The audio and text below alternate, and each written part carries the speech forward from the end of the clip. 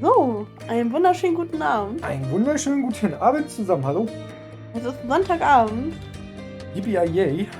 Morgen starten wir in die neue Woche. Ja, wir freuen Aber uns. Gott sei Dank eine kurze Woche. Nur 4 Tage arbeiten.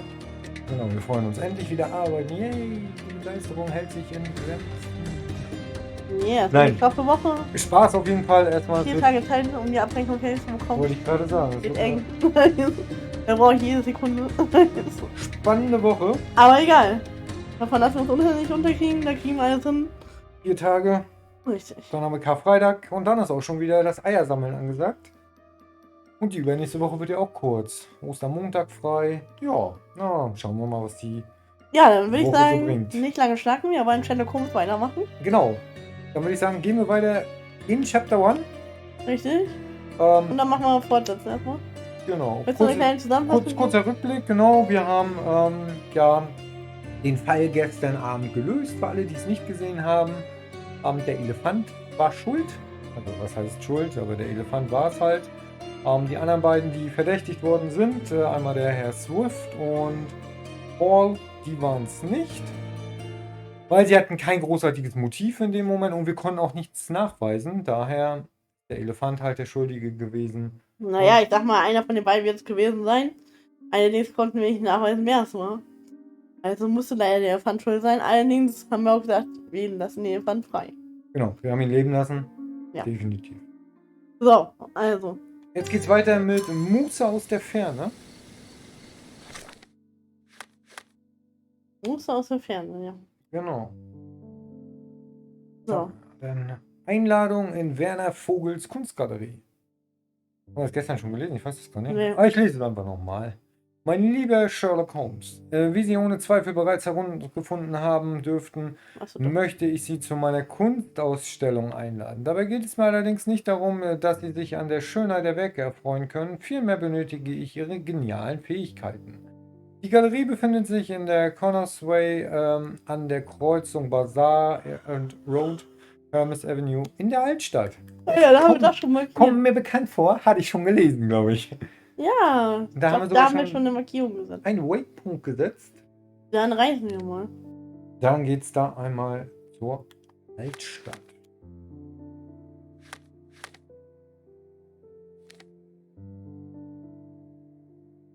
Ja, genau, wir beamen uns dann mal rüber. Scotty, beam mich hoch. Oder rüber. Rüber, ja. So. Welche Richtung muss man laufen? Herrliches Wetter haben wir hier. Unser Mäntelchen ist da. Sternklarer Himmel. Grillen zirpen. Ich wollte gerade sagen, die Grillen zirpen. Die zirpen wirklich. Ja. Oh. Bildfehler haben wir auch. Und ja, Schnee haben wir zwischendurch auch noch. Auch was Schönes. Der Empfang ist nicht so ganz perfekt. Und wieder ein neuer Ort. Was ist denn das für ein neuer Ort? Oh Gott, okay. Das ist da, wo wir hin müssen? Nee.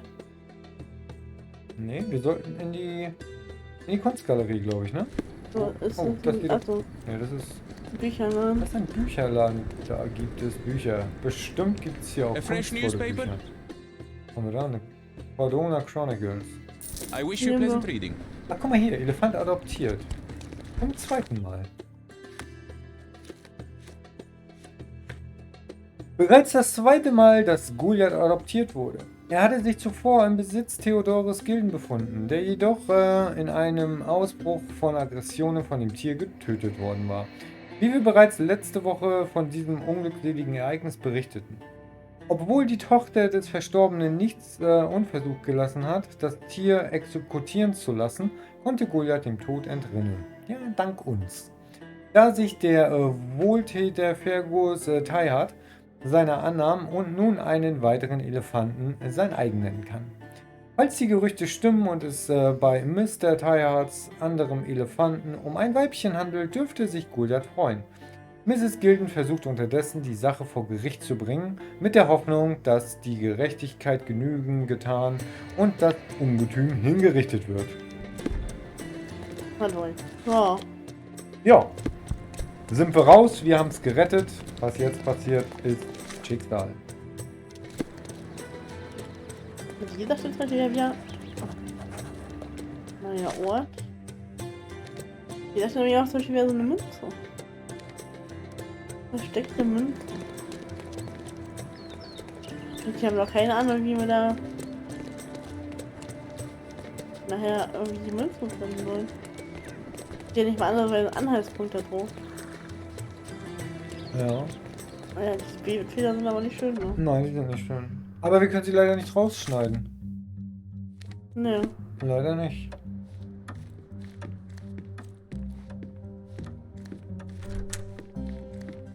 Ah, hier ist die Kunstgalerie. Mr. Holmes, you came. Oh, how kind.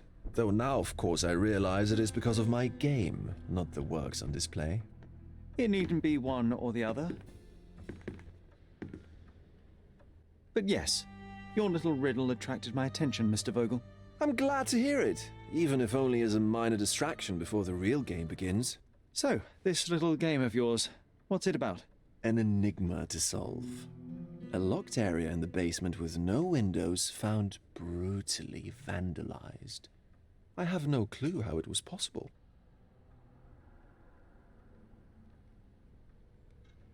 What about this intrusion? What happened? Last night, I was about to leave the gallery when I heard a noise downstairs. I went to the basement, but I didn't see anything out of the ordinary. It was admittedly a rudimentary inspection. It is not uncommon to get rats down there, so seeing nothing of note, I left and locked up the building. When I returned this morning, alas, I discovered that part of the exhibition had been torched, and there was no sign of the intruder. The mystery being, of course, that all the doors to the gallery were locked exactly as I left them. And the door to the basement is the only entrance? Correct. Tell me you're not intrigued.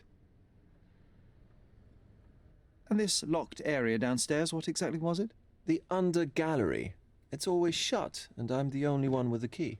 Ah, so this is your private collection, not part of the gallery. Oh, no. It's an exclusive exhibition of eccentric pieces. Only a select cadre of artists, investors, and collectors are admitted. Not everyone deserves to have their eyes opened. Well, this matter is certainly within my wheelhouse. This intrusion troubles me. Please take a look around if you're willing. The under gallery is through the door at the end. I will see what I see. So, okay. I wish I could show you the gallery under different circumstances, but life is beautiful in its unpredictability, isn't it? Ja. Mal gut, dass Kunst im Auge des Betrachters liegt. Ja, wollte ich gerade sagen. Ja. Das Grab des Selbstmordopfers nicht im Oh Gott. Super. Oh, hier. Noch ein Grab. Hab's. Was weiß ich, dann Freunde was? Achso, das sind immer die Namen der Bilder, ne? Ja.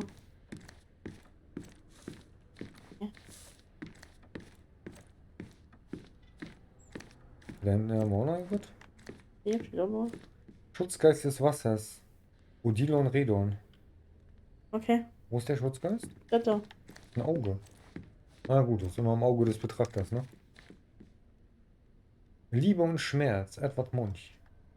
Okay. Ja. Ja. Kunst ist schon was Feines. Achso, okay, mal gucken, haben wir hier noch Oh, was neues haben wir denn da anfinden? jetzt? Ja. Vandalismus in der Achso. Achso, steht ja auch da oben. Vandalismus in der Untergalerie. Am gestrigen Abend hörte Werner Vogel ein Geräusch aus der Untergalerie. Er ging nach unten, sah sich dort, aber nur kurz um. Mittagessen auf den Gras. Ja. Ja, Ein Popo, das kann denn- ich mal so sagen. Das ist der Bellington von hinten. Ja, der Bellington von hinten ist das. Sind wir mal froh, dass er nicht von vorne war. Sherry? Mit Kunst kannst du nichts anfangen, ja, sagt er. Den kann ich auch nicht. Ja, scheint. Ja gut, das könnte man wirklich auch nehmen. Okay, ja. Okay, da ist eine Blume vor. Der Ursprung der Welt. Ja, warum ist da eine Blume vor? Natürlich, das ist eine zensierte Geschichte. Richtig. Ich würde sagen, also. Aber ist schon krass, ne? So eine Statuen im kompletten Dasein ist genehmigt. Da steht keine Blume. Ne, das ist so klein, aber auch nicht so stecken. Nee, wollte ich gerade sagen. Ja, so klein. Entschuldigung. Ja, hast du Ja. recht.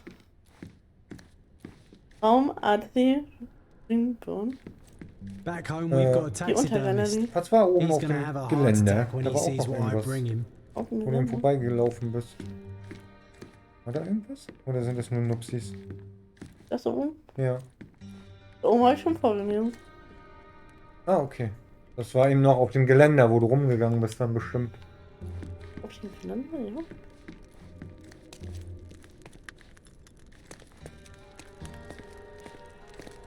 Oh. Oh. Okay. Was macht er, Angeln? Back home, we've got a taxidermist. He's gonna have a heart attack when he sees what I bring him. Oh Gott. Läuft bei ihm, oder? Ja. Ich meine, der ist schon tot, aber... Naja. Gute Fische können auf jeden Fall gefangen werden. Okay, was ist das für eine Untergalerie? Also die Dinger da so an den Wänden und so, die kommen nicht vom Hai, glaube ich. Ja. Haben wir hier Oh, ein Skelett? das war ein Prügelchen. Ein Rabe. Sherry, how about some company in that dreary chamber of yours? Leave my loneliness unbroken, John.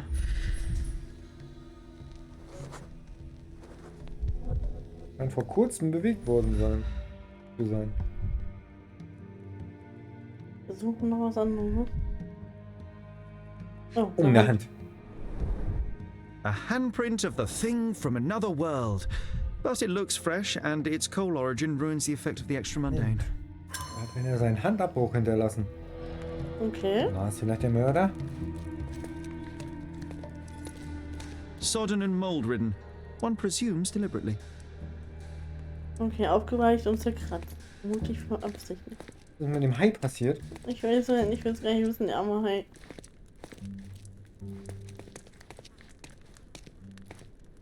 The parasites of creativity? Or just a reflection of the artist's recreational interests? Oh Gott. Saturn devouring his son. Oh, grim composition.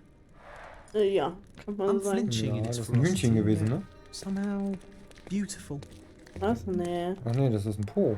Ih, das ist ein Mensch. Saturn devouring Ja. his son. Oh, grim composition. Saturn verschenkt seinen Sohn. Sag ich ja. Kranker Typ, ey. Wo soll denn der Verwies von sein? Das sieht alles komisch aus. Haben wir Was hier? ist da unten? Eine Zigarette. Malboro? Ah nee, Malpal steht da drauf. Nicht Cold Palmal. fingerprints. Keine Schleichwerbung, I think we're Freunde. looking for a man Aber with es a ist cold Malpal. moustache. Genau, rauchen Cold gefährdet die fingerprints. Gesundheit. I think we're looking for a man with a cold moustache. Okay. Oder muss man noch was Gebt holen, euer aber noch Geld nicht. lieber sinnvoll aus. Auf Spiele. Wollte ich gerade sagen. Kauft Games, unterstützt die Spielindustrie. Nein. Hier ist ihn sich selbst verlassen, sag ich mal. Cold fingerprints. I think we're looking for a man with a cold moustache. A Maupalbot. Ja. Okay. Ja, was haben wir Das sieht hier? aus wie ein Bilderrahmen. Leere Bilder. Ugh, sheer vandalism. Only an ignorant person could do such a thing. Purer Vandalismus.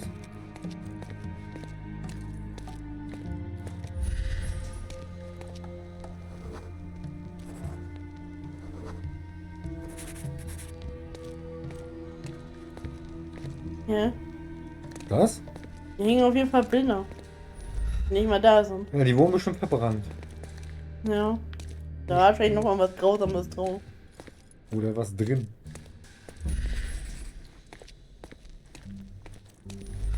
Den armen Hai muss ich bestimmt auch noch irgendwie untersuchen. Raum I J Franco.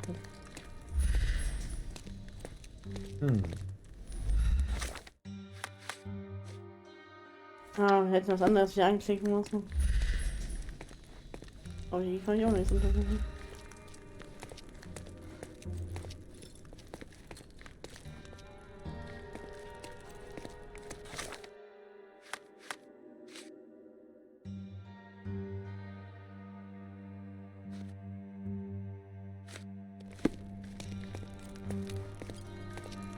Von hier?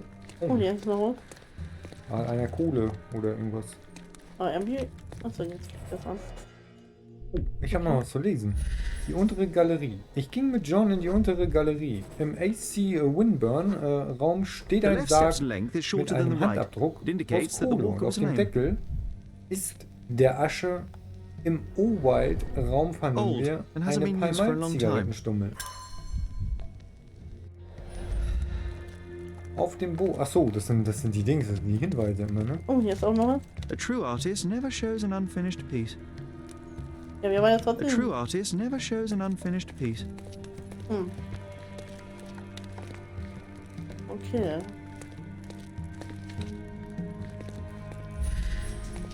Irgendwas Müssen wir die richtig Sachen machen. jetzt nochmal anklicken, weil da bei dir ist was gelb geworden, das andere ist noch... Nee, ne? Nee. Nee.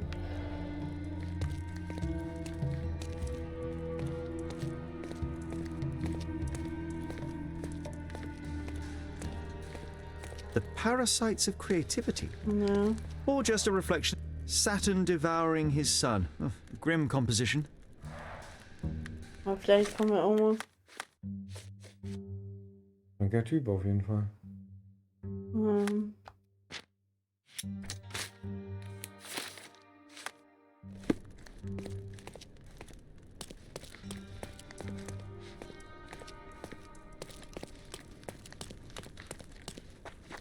Closed with a metal bolt. Oh, guck an. Da ist auch noch was. Haben wir da? Oh, hier ist auch noch was. Katze? Katze. Oh, derjenige ist hier so reingelaufen. Okay. Hat er sich da drin Footprints. selber verbrannt, oder was? Size 9.5. Ich glaube, ja, raus. Nein. Das hört sich an, genau, ich wollte gerade sagen, das hört sich an, als können wir was rekonstruieren. Ja. Oh, jetzt haben wir auf Oh, den Hai jetzt kann man den anklicken. Hai an. A simplistic attempt at provocation. Uah. Der sieht doch eklig aus. Ja. Back home, we've got a taxidermist. He's gonna have a heart attack when he sees what I bring him. Oh. Wenn Konzern rekonstruieren. Mein Gott, rekonstruieren wir das einmal. Was haben wir denn, ne? Und guck mal, was wir so zur Verfügung Fangen wir mal von haben. hier Ja. an. Da schleicht sich einer Da rein. schleicht sich einer rein. Oder? Der schleicht sich rein. Oh. Ne, das ist der Vogel bestimmt, ne? Ja, ne, ich würde sagen, das ist der Vogel gewesen, Schatz. Weil er hat doch ein Geräusch gehört. Guck mal, er hat eine Laterne in der Hand. Das heißt, Ja, okay. er ist runtergekommen.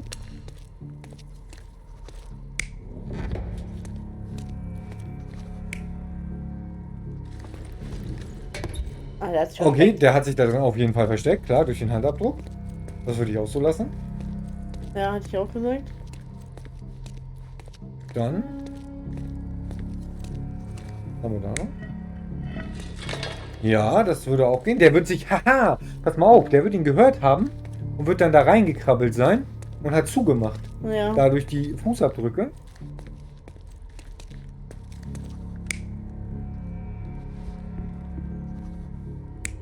Ja, das hier wird richtig sein. Und dann. Wo war noch was? Hier ist noch. Ah, das sind die Bilder, ne? Was haben wir da? Nee, er hat sich nicht selber verbrannt. Nee, er hat sie nicht selber verbrannt. Glaube ich auch nicht. Ja, das hat Ja. der andere gemacht, ja. Ja, die abgenommen, klar, und hat sie dann verbrannt. Okay. Ja, das glaube ich wäre dann unsere Rekonstruktion, oder? Ja, glaube ich, haben wir hier gar nicht.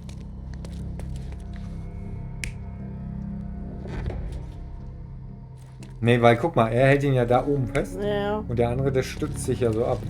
Dann gucken wir mal, ob das richtig ist. Jo. The Sieht intruder sehr gut entered aus. the basement through the coal chute. He used a magnet to open the hatch bolt. Ah. He accidentally pushed gut. a shovel to the Ja. floor. Ich war halt ein bisschen Vogel heard the falsch. noise. At the sound of his approaching footsteps, the intruder hid inside the coffin. When Vogel entered the basement, he failed to notice anything strange and left without properly checking. The intruder waited until Vogel had left the caravanserai before burning the paintings in Wilde's room. But the vandalism was a cover for the theft. Okay. Na gut, okay. Ich hätte es jetzt anders gedacht. Aber trotzdem war es ja richtig. Ich hätte gedacht, er hat das Geräusch ja gehört, ist die Treppe runter. In der Zeit hat der unten die Gemälde schon verbrannt hatte. Hat er sich dann versteckt. Ja, auf jeden Fall noch nicht alles gefunden. Hier ist noch irgendwas. Bitte.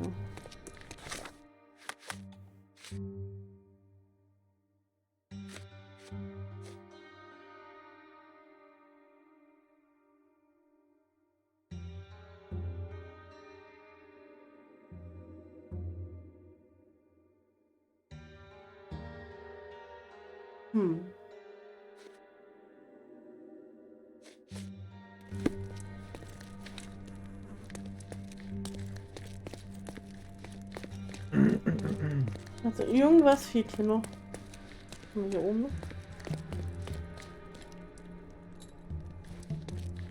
Oh, hier oben kann man noch einklicken. Liegt das da drin? Manchmal ist es ja nur irgendwas Kleines, was wir anklicken.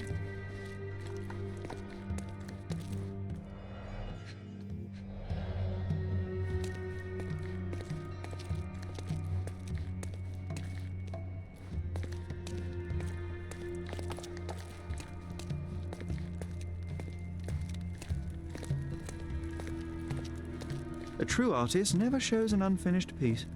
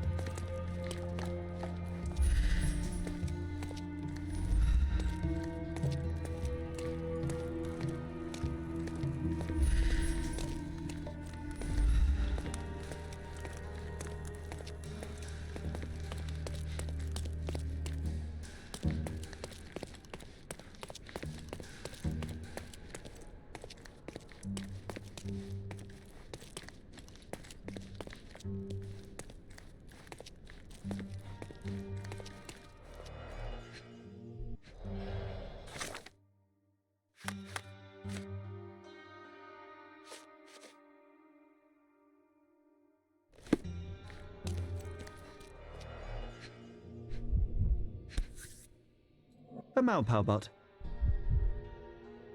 Coal fingerprints. I think we're looking for a man with a coal moustache.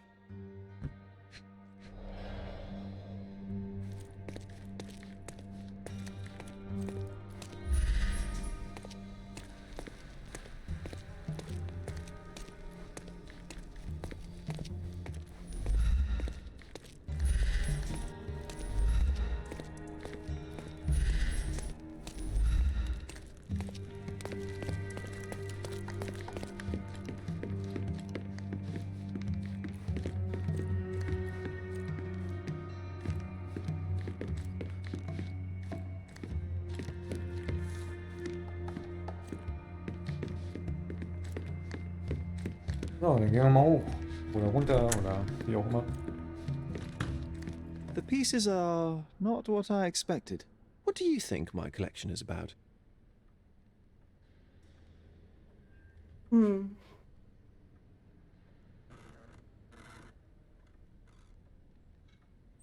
Es geht um den Verfall, es geht um Dekadenz, es geht um den Tod. Ja, die Bilder.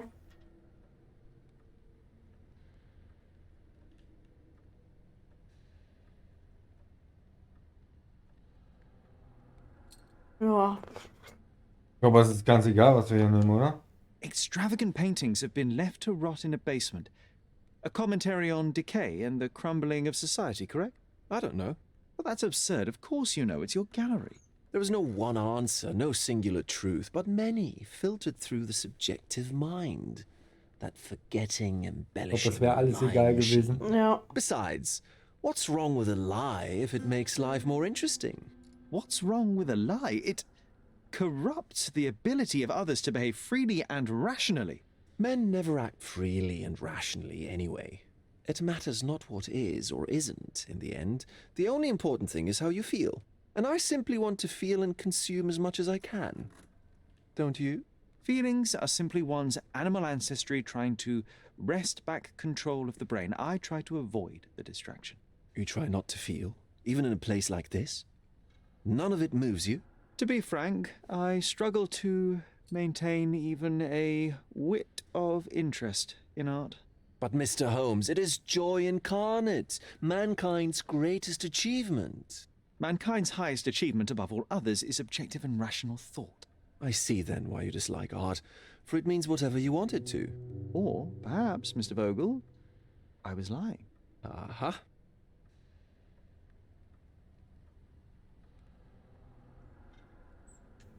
Mr. Vogel, my investigation has revealed that the intrusion was not merely vandalism but theft.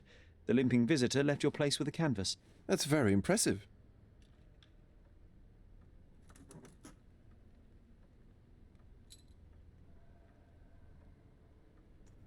The fire was a clever attempt to hide a stolen painting, even if it didn't fool me. I found the remnants of an empty frame in the pile of ashes. The canvas had been removed. Do you know which paintings in the Wild Room may have interested a thief? Were any particularly expensive? Those pieces belong to a well-known artist named Boniface Mercurio. They're controversial, but not of a notably high value. The intruder entered the basement through the coal chute. He used a magnet to open the latch and dislodged the shovel while doing so. That's the noise you heard yesterday. When you went downstairs to investigate, he hid in the coffin.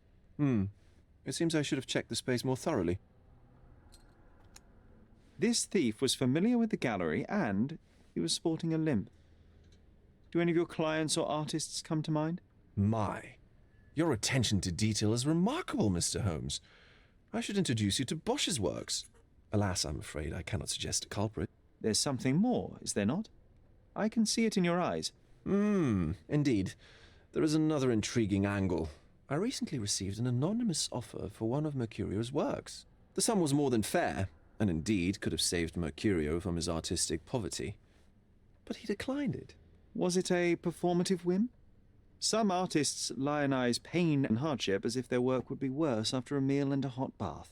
I cannot tell. But not only did he refuse the deal, he insisted on displaying the painting in the public space.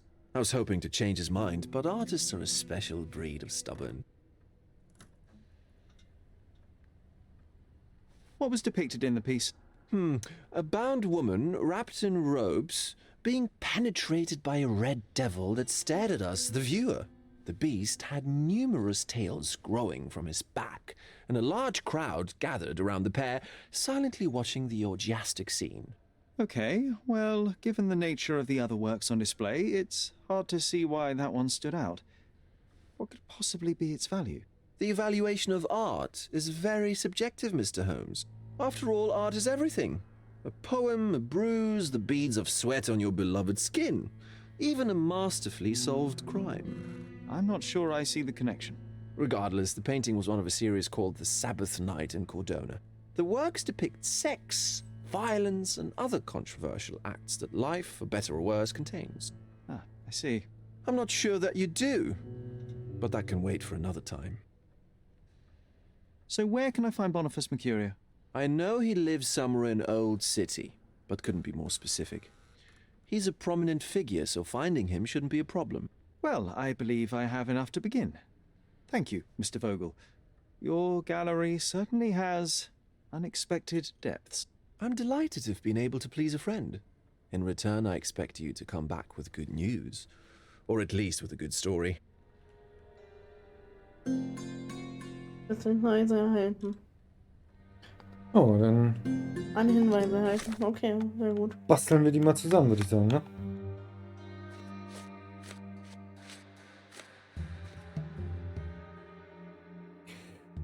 Boniface Mercurios Adresse. Mit Mr. Vogel teilte mir mit, dass der Maler Boniface Mercurio irgendwo in der Altstadt lebt. Aber er weiß nicht wo.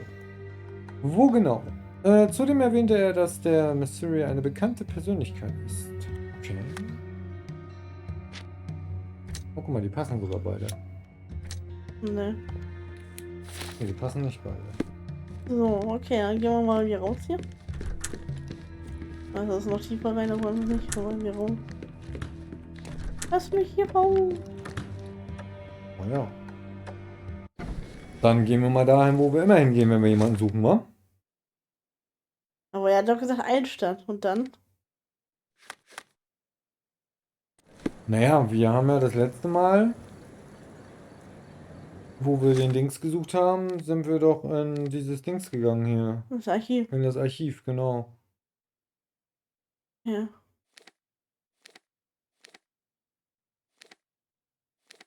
Ich glaube, ich war auch in der Altstadt, ne? Das Archiv oder wo war das?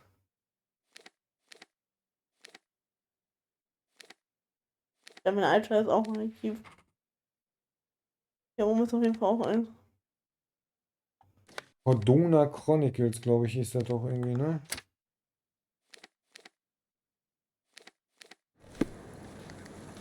Für uns als Umgangssprache Rathaus. Ja.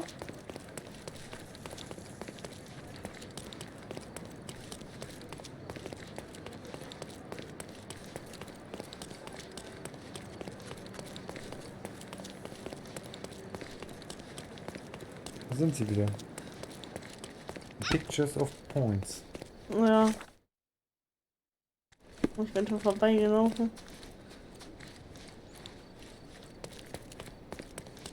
Aber ich hatte nur gedacht, wir laufen mal andere Wege, weil falls da mal hier eine Nebenmission aufplappelt. Ja. Nehmen wir die gleich mal mit. Ja, aber. Oh, was haben wir da? Warte. Da war irgendwas in dem Wagen. Irgendwann. Ja, da an der Tür.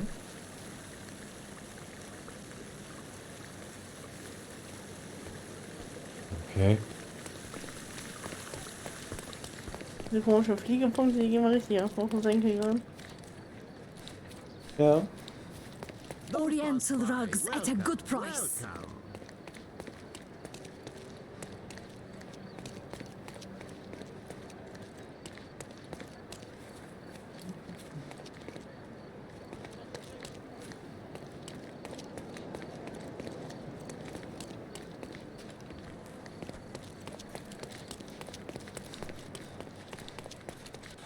Hm? Achso, nee, hier war doch frei.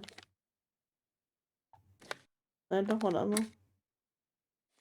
War das nicht direkt oben in Skandavia oder Skladonia oder irgendwie? Nee, da ist auch das Reiterhof. Polizeiwache? Hier ist das. Ja. Dann können wir uns ja importen da oben. Ja. Ah, sogar Cordona Chronicles steht sogar da. Du hast gesagt, das war eine Altstadt. Ich dachte, das wäre eine Altstadt gewesen. Da ist es.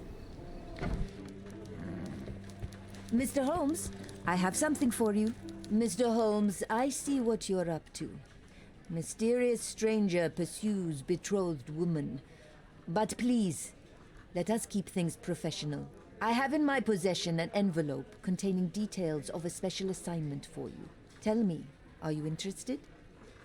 Ja, ja, klar, immer.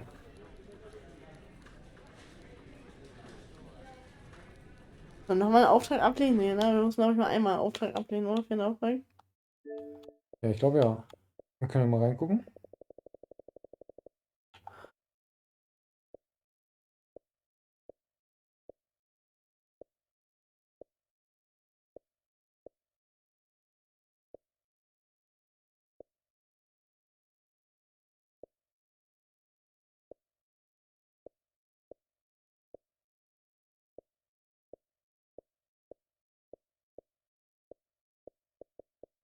Ne. Ne. Okay. I believe I am, but to be very clear, Miss Sertle, my interest extends to the message and not the messenger. So he claims he's not a gal sneaker, seducing women everywhere he goes. Perhaps the truth is even more scandalous? Please spare me the speculation, return to the matter at hand. A gang of smugglers, the Eels, have Cordona in their clammy grip. The British Empire can abide it no longer.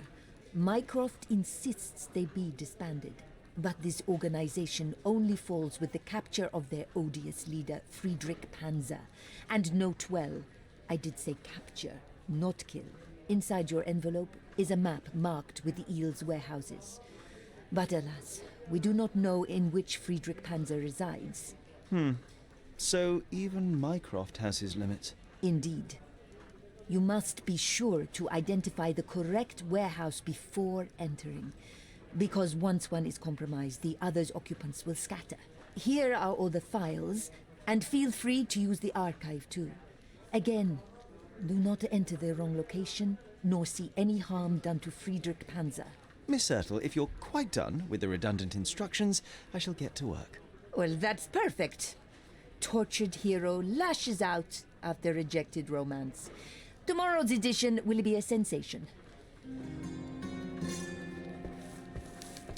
Jo, ein neuer Fall. Aale an der Angel. Aber ihr beide noch. Oh nein. Okay, ich komm vorbei.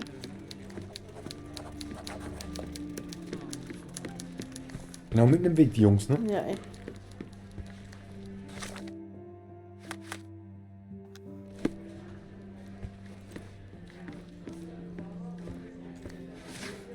So, was haben wir denn da?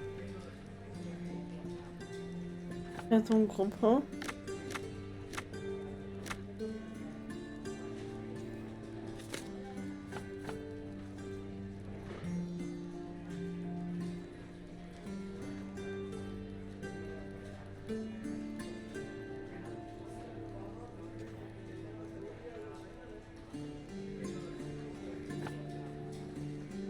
Auf jeden Fall Einstand. Ja.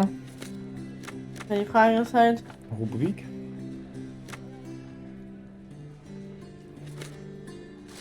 da haben wir es ja. Ja, perfekt. Schlägerei bei Gemäldeverkauf. In der vergangenen Woche ereignete sich ein neuerlicher Skandal in den sogenannten höheren Kunstkreisen. Der Ausgangspunkt bildete eine Verkaufsveranstaltung für Gemälde unter dem Namen Tanz der Dekadenz.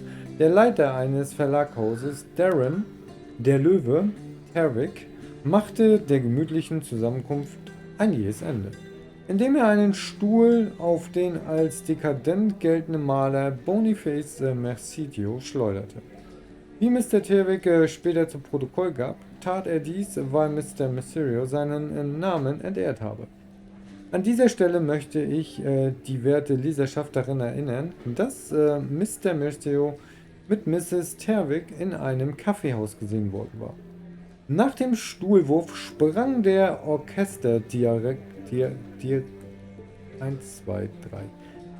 Nach dem Stuhlwurf sprang der Orchesterdirigent Kurt Gallagher seinem Freund Mr. Mercidio zur Seite, indem er mit einem Gemälde auf Mr. Terwick einschlug.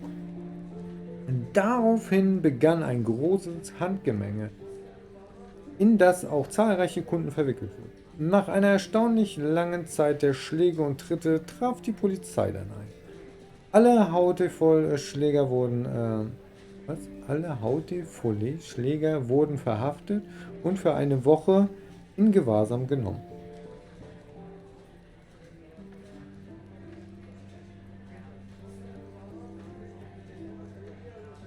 Was war das für ein atemberaubendes Ergebnis? Als Ihr treuerster Kunstratgeber würde ich Ihnen an dieser Stelle vorschlagen, sich ein Souvenir von dieser Verkaufsveranstaltung zu sichern. Doch leider gibt es sie bereits zu Ende gegangen. Dafür sind Boniface Mercidio unseren Lesern jedoch die Möglichkeit, seine Werke bei seinem Haus zu bewundern und zu kaufen. Der Maler lebt in der Hoffman Avenue zwischen der Scarlet Street und der Ovillate Street in der Altstadt. Okay.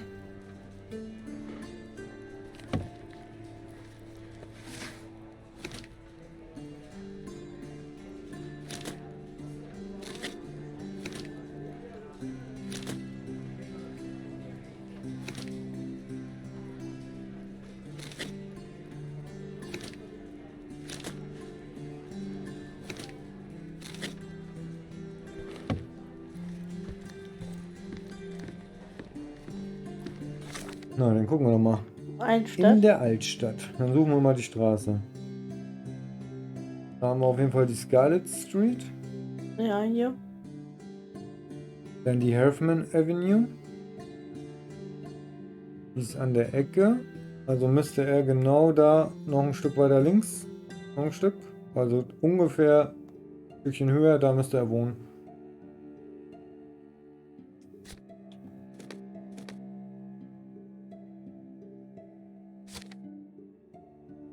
Ja, würde ich fast sagen, ne? Also hier eigentlich eher. Entweder auf der linken oder auf der rechten Seite. Ja, da ungefähr.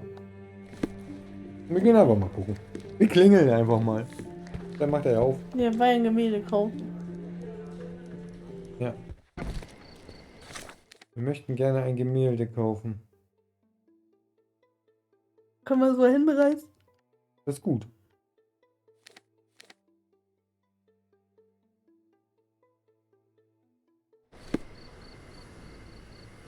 Wo ist er in der Nähe?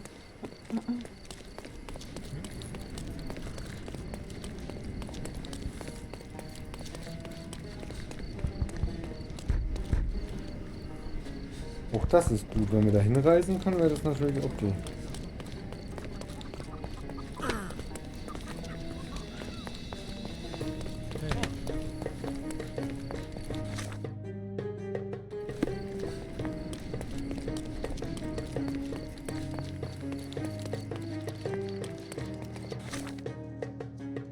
Ja, bist ja schon fast da.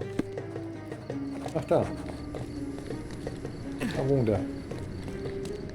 Oha, riesengroßes Excuse Stahltor. me, young man. Where do you think you're going? Greetings, ma'am. I'm looking for the... I don't care who you're looking for. You shall not pass. No visitors allowed. I wish to buy a painting from Mr. Boniface Mercurio. Is he at home? Dearie, tell me, because old age has made me blind. Did someone write Information Bureau on my forehead? Because I'm not here to answer your questions. Entry is for residents only. If you aren't a resident, please leave, or I shall report you to the police. Okay, die nette Dame lässt uns nicht durch. Ne.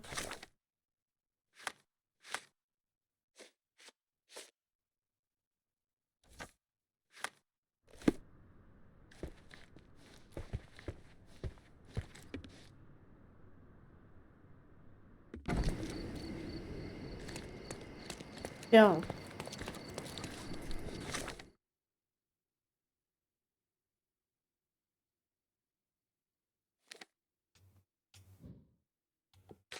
Tja, was stand da jetzt bei ihr?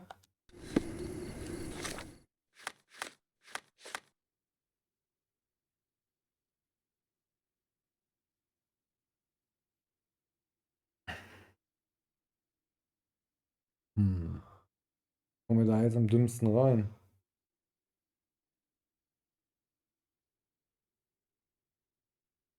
Sie hatte gesagt, sie lässt uns nicht rein, weil... Aber nicht so aussieht wie er. Okay, dann würde ich mal sagen, dann schnappen wir uns mal einen Händler Ja. und werden mal die Masche des Verkleidens versuchen irgendwie anzustellen. Vielleicht klappt das ja. Kleidungshändler, ja.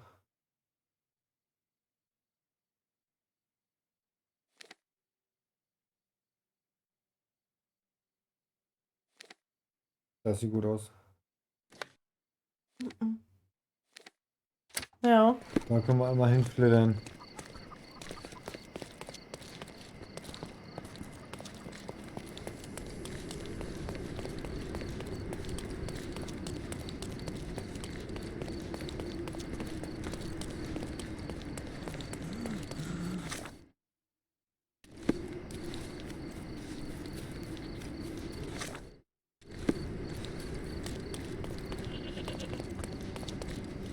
Don't miss out on the best carpets Let's on the pick something island. that suits you.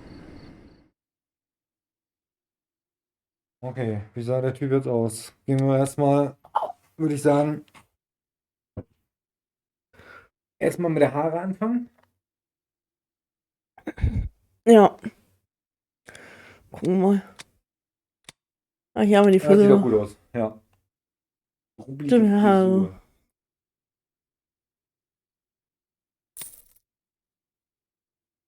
Oh, dann. Den Hut hat er ja nicht gehabt. Oberteil. Oh, ich kann mich noch nicht erinnern, ob der einen Bart hat. Gucken wir A uns mal good an. choice. A good choice Okay. indeed. Let's pick something that suits you. Ein offenes T-Shirt. Ich würde fast sagen, das erste, ne? Das allererste. Nee, das ist noch nicht. Das hier ist der Look. Von den Ja, Jahren. das sieht gut aus. Obwohl, das war weiß. Wieso ist das jetzt dunkel? Hä? War doch gerade auch noch weiß, oder? Ja, also, ich denke mal, Farbe ist, glaube ich, egal, oder? Ich glaube, wenn nicht. Und einen Ball hat er auf jeden Fall gehabt.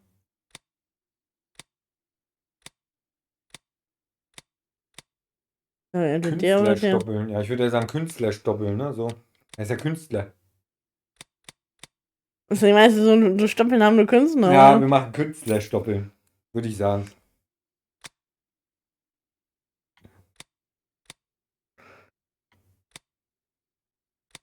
Das sieht ja gruselig aus.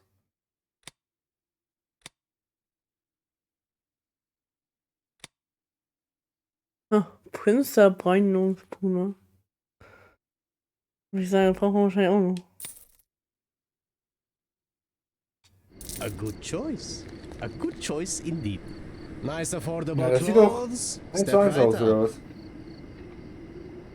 Der Typ. Oh, der hat immer ein weißes Hemd. Ja, aber irgendwie hat er ja gerade angezeigt blau. Wieso auch immer. Ja, dann gehen wir nochmal zurück zu der Tante. Don't pass by. Welcome, welcome.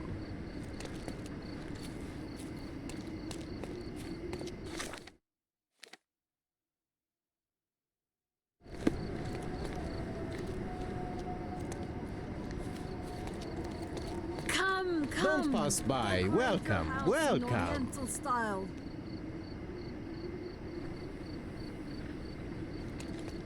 Let's pick something that suits you.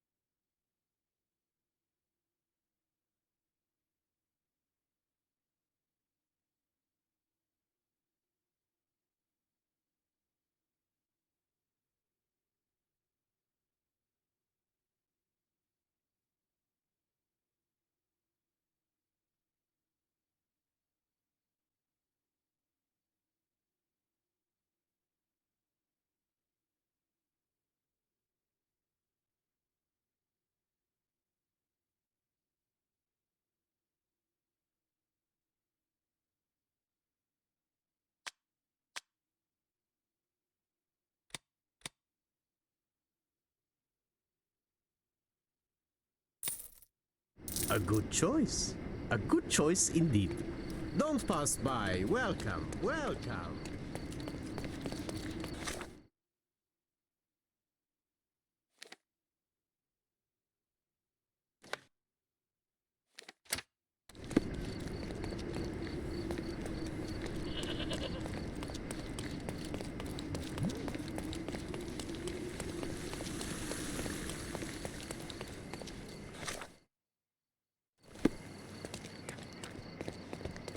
Selam.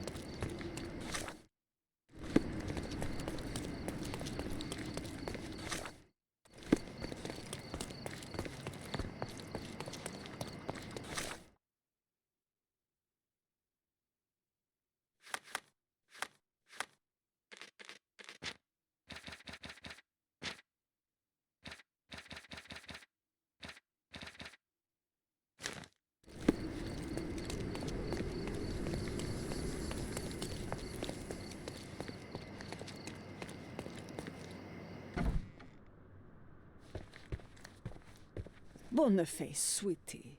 Is that you? Ah, old age does terrible things to one's sight. I didn't recognize you at first.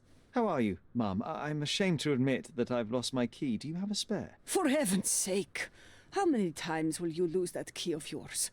Of course I have a spare. You artists all live in your own little world. Please, accept my thanks. I would rather accept your rent.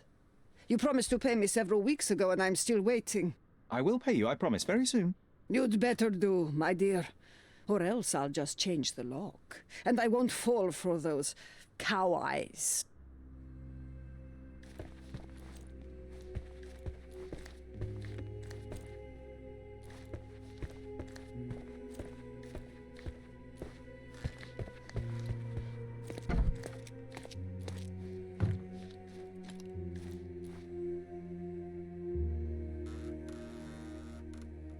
So, dann gehen wir uns mal umsehen im Apartment.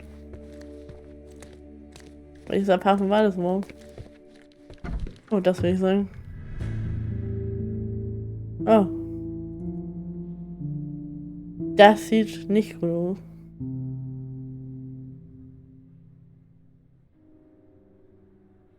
Scheiße.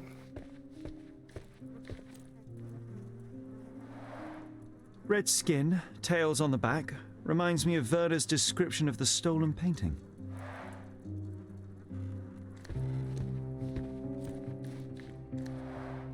The chest has been searched.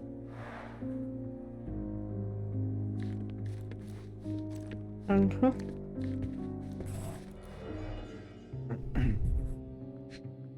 Sind wir drin? Ja. Despite the overall tendency towards mess, you cannot sit with the drawer pulled out like this. Someone left it after searching. It appears the wine was truly awful.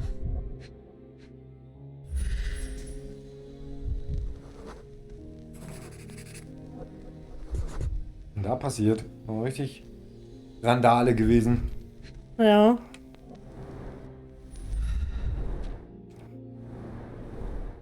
I wonder where he got that fancy camera.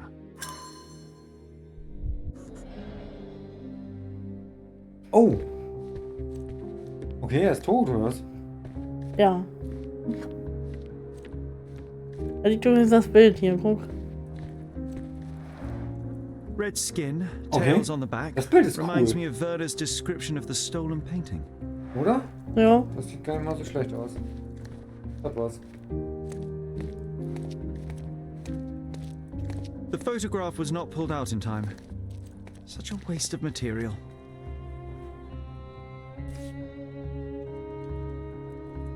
Maskenball? Oh, das sieht so aus. Oh, ein Zwingerklump. Look at this, John. Ballonzwingerclub. Isn't it our stolen demon? The photograph was not pulled out in time. Moin Dominik, Waste of einen wunderschönen material. guten Abend. Hi Dominik. Na, habt ihr euer Stream schon beendet? Seid ihr schon fertig mit Giers? Da hing John da gerade über Kopf an der Decke? Ja, genau, das hat er gemacht. Oh. Aunt May whiskey, brandy Whiskey. bucks. Quite a collection Oh, he had geil. here. Ja, geht immer. Der ist so bekloppt. Ja, der ey. hängt da oben. Echt ganz ehrlich, der ist so bescheuert. Don't look at me like that, Sherry. I will not touch that dirty floor. Ja, dann schauen wir uns die gleich mal 10 an. Minuten aufgehört. Okay. So, Was haben wir denn da?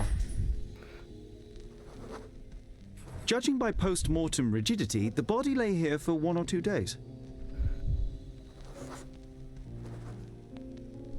Gute August, okay.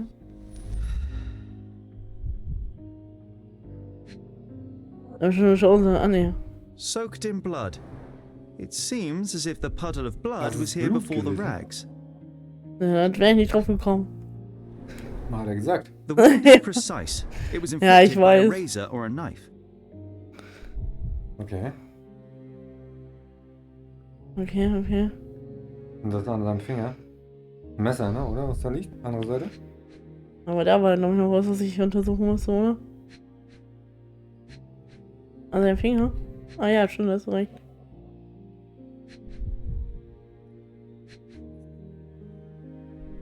Ah, jetzt hat er. Messer. Die aus dem Vielleicht die Brot machen. A Tatwaffe. normal kitchen knife. Vielleicht hat er sich aber auch ein Marmeladenbrot geschmiert. Ne, ich Kurz glaube bevor nicht. er gestorben ist. Ja, ganz so genau. So.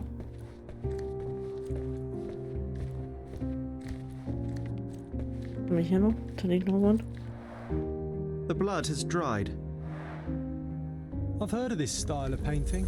Oh. It is called expressionism. Oh, wir müssen was Analysieren, ja. kontrollieren. Okay. Ah, dann gucken wir mal. Was haben wir denn da? Ja, John muss wieder ran.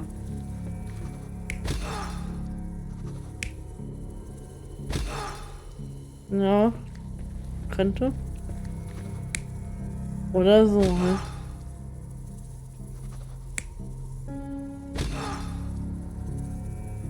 Tja, ich würde ja sagen, er greift ihn mit der Flasche an, weil da liegen ja Glasscherben, ne? Dass er ihn angreift. Und der Täter greift ihn Nee, an. der Täter greift. Hab ich doch gerade gehabt? So, der ja, Täter richtig, greift ihn an. genau.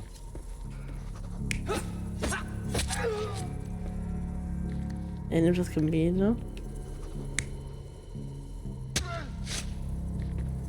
Naja, ich glaube, das war kein Selbstmord. Oder, mal eine ganz andere Geschichte. Vielleicht greift er den Täter wirklich an. Weil er ja gerade in die Wohnung reinkommt und sieht, dass seine Wohnung überfallen wird. Ja, das habe ich ja gemeint. Dann Stimmt, greift ihn an. Da hast du recht. Und greift ihn nochmal an.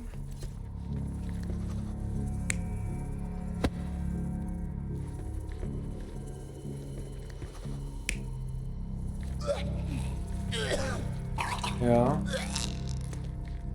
Was ist das? Ah, er war vorher da hinten. Er war vorher in den Raum hier hinten. Ah, hier ist auch noch was.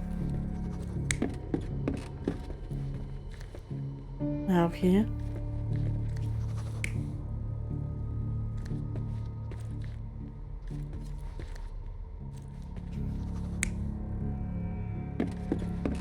Ja, ich glaube, der sucht Ja, das also der Bild kramt irgendwo drinne, genau, würde ich auch in der, sagen. in der Küste. Also ich glaube, er war hier halt, ne? Ja, Hört dann, dass da jemand ist, rennt da hin, ja, dann haut ihn mit der Flasche auf den Kopf. ja. Das Bild haut ihn auch an den Kopf. Versucht er zumindest. Genau. Und wird erstochen. Oh, ich denke.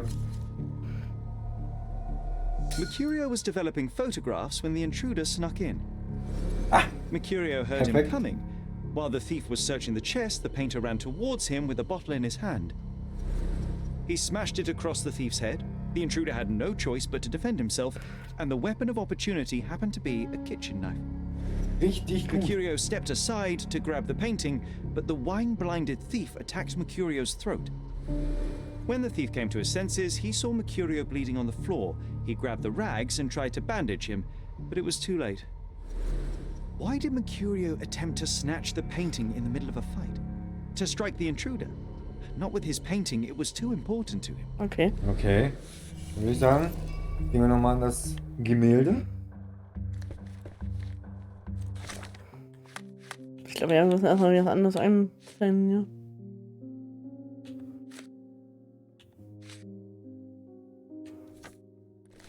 Die Ereignisse. It's Was haben time wir for da? some chemical magic, John. Blutfleckgemälde. Noch eins. Achso, das Red hatten wir ja schon. skin, tails Ja, on das the war ja back. dies. Reminds echt me of hübsch aus, Werder's ne? description of the stolen painting. Wer hätte sowas nicht gerne in der Wohnung hängen? Naja. The photograph was not pulled out in time. Hast du das Wasted Ding jetzt material. mitgenommen? Das Bild? Ja, Das Look at the- blutverschmierte? habe ich. Schau mal, ob wir das vielleicht Look wieder at this, chemisch John. analysieren können. Isn't it our stolen demon? Ja, können wir tatsächlich. Sehr geil.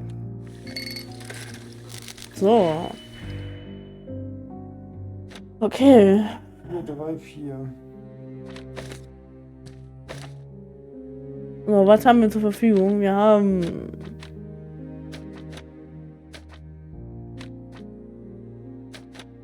Vier, 3, 4. Also 4 haben wir hier schon mal. Hier haben wir 4 schon mal komplett. 4 komplett. So, dann haben wir hier...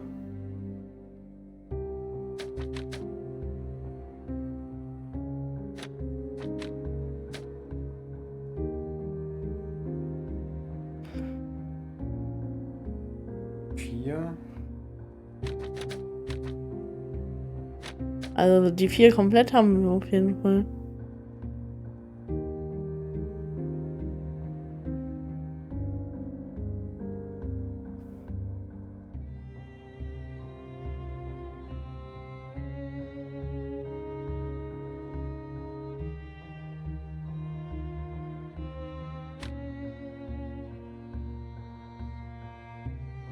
So. Also brauchen wir irgendwie 4. Hier kann man ja nur...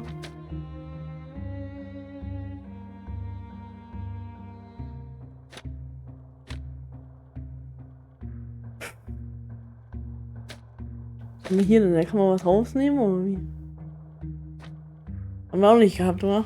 Nee, das haben wir noch nicht.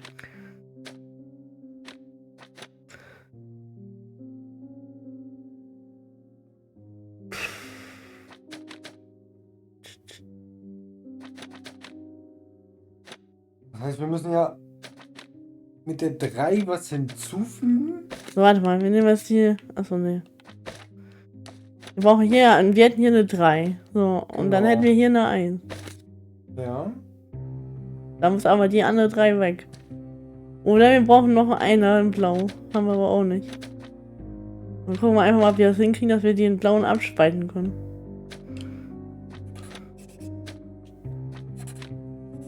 Na, Das wären dann 2 zu 4.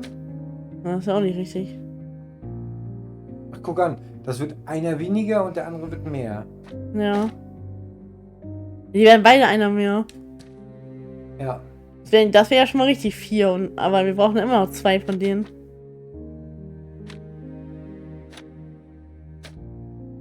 Achso, da warte mal, dann müssen wir den eigentlich nehmen. Aber wenn wir die. Genau.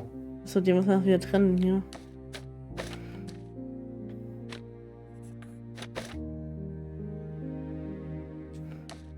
Wir brauchen nur ein Grün.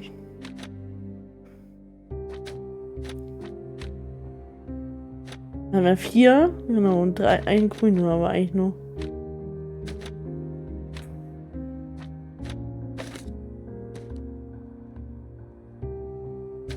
Das wäre plus minus tauschen. Das ist minus 2 plus 2. Das sind 2.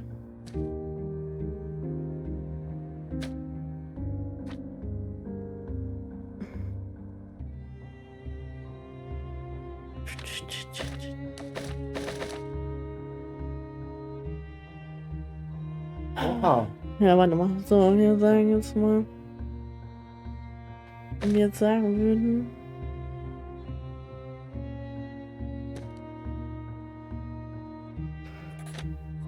Wir machen die jetzt zu 5.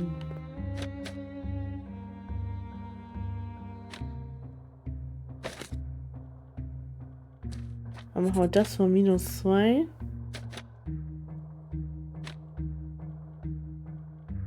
Und nehmen einen rauf dazu. Da haben wir eine 1. Das heißt, wenn wir jetzt sagen würden,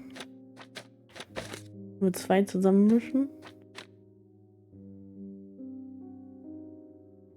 Ah, nee. Ah, shit.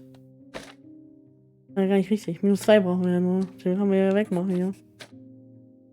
Aber hier, wir. Mit Y? Ah, nee, das war doch minus 2, ne? Ja. Ah, nee, ja, doch, doch. Ist aber Minus richtig. 2 ist ja richtig, ja. Das heißt, wir brauchen minus 2 und 5. Die gibt die grüne 3. Ja. Dann haben wir die 4, haben wir. Aber nee, wir sind ja auch nicht richtig. Warte mal. Nee, stopp mal. Ich wollte eigentlich ja noch was anderes, also.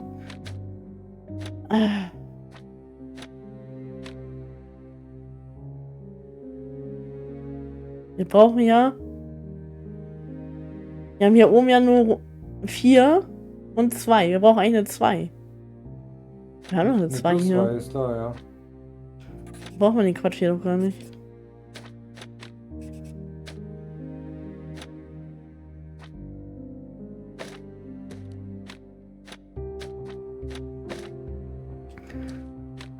So, und die 4.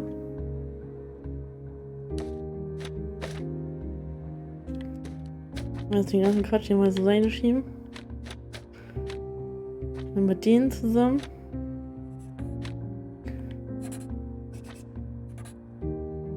Mit denen zusammen. Ah ne, jetzt haben wir doch einen mehr.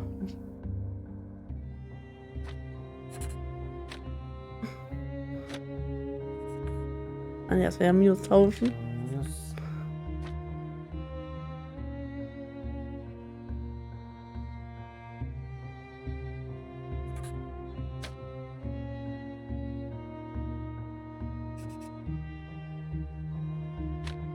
Und nochmal überlegen. Ich habe doch gerade mir irgendwas überlegt. Ich hatte ja gesagt. So, die ist komplett da oben. Wir brauchen eine 3. Und wir haben aber nur eine 5 und eine 2.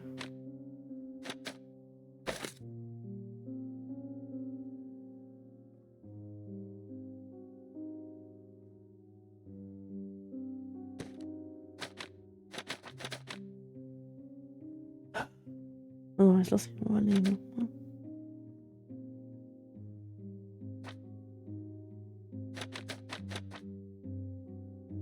Wir brauchen aber eine 1 eigentlich.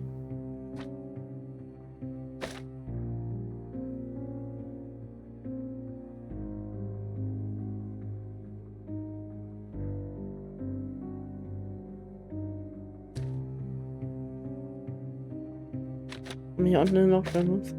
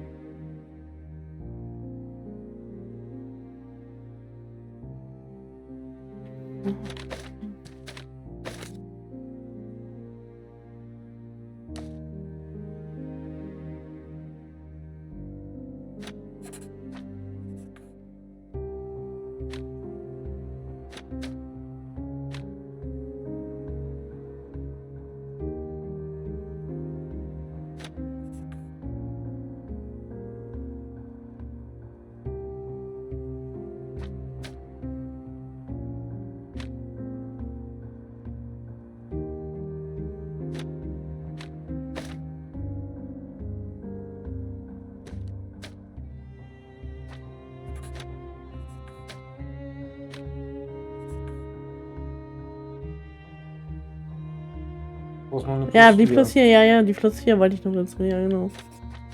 Deswegen so, warte, jetzt kommt die plus 4 noch dazu. Oh ne, den brauchen wir von denen oben. Genau, die plus 4. Nee, das reicht ja nicht, wir brauchen ja noch einen. Plus. Da fehlen aber noch 2. Wir brauchen eigentlich nur plus 6. Ah, shit. Auch noch nicht richtig. Wir brauchen. Löschen wir das nochmal So, an. jetzt können sie alle rauslöschen wieder. Das ist natürlich praktisch. Ja, wir löschen das nochmal alles zurück. Setzen die nochmal an ihre Tour.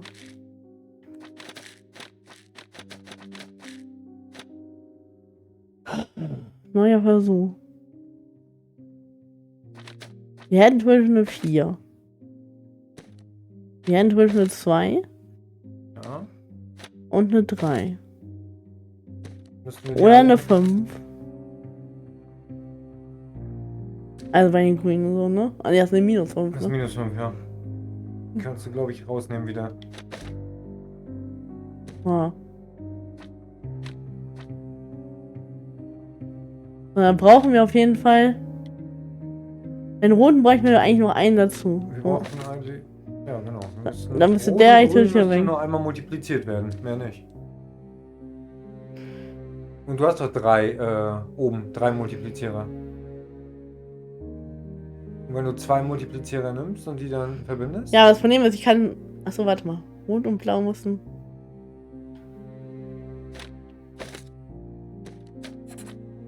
Nee, das war falsch.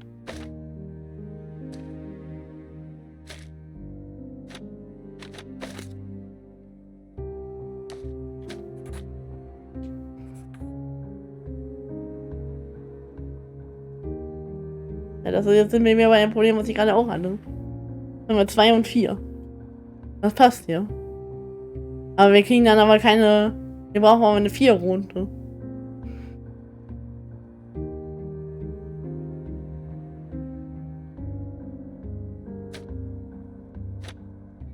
Wenn du oben nur die ersten Chemikalien, also von ganz oben, das sind ja immer +1. Oder sind das mehr? Ja, +1. Ja, habe ich ja gerade gemacht da unten.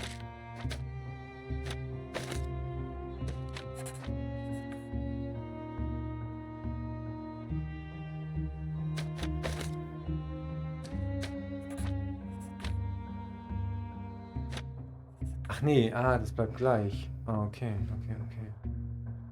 Aber jetzt brauchen wir eigentlich +5, so was ich ja vorhin auch schon versucht habe.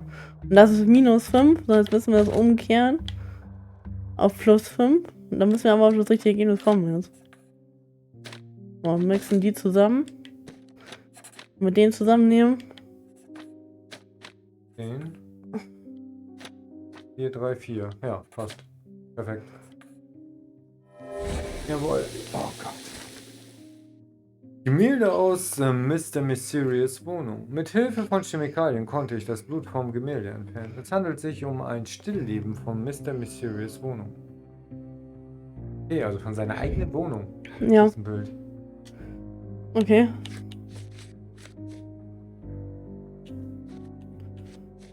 Perfekt.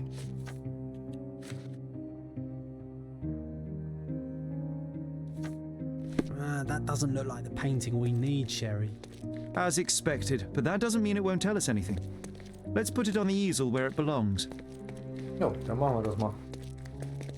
Stellen wir das mal auf die Staffelei. Sieht sehr schön aus da. I guess this is his most ordinary painting. Spot the two differences, John? Oh, warte mal. Ich muss das nochmal achten. I guess this is his most ordinary painting. Spot the two Oh ja, differences, John? ich sehe was. Du auch?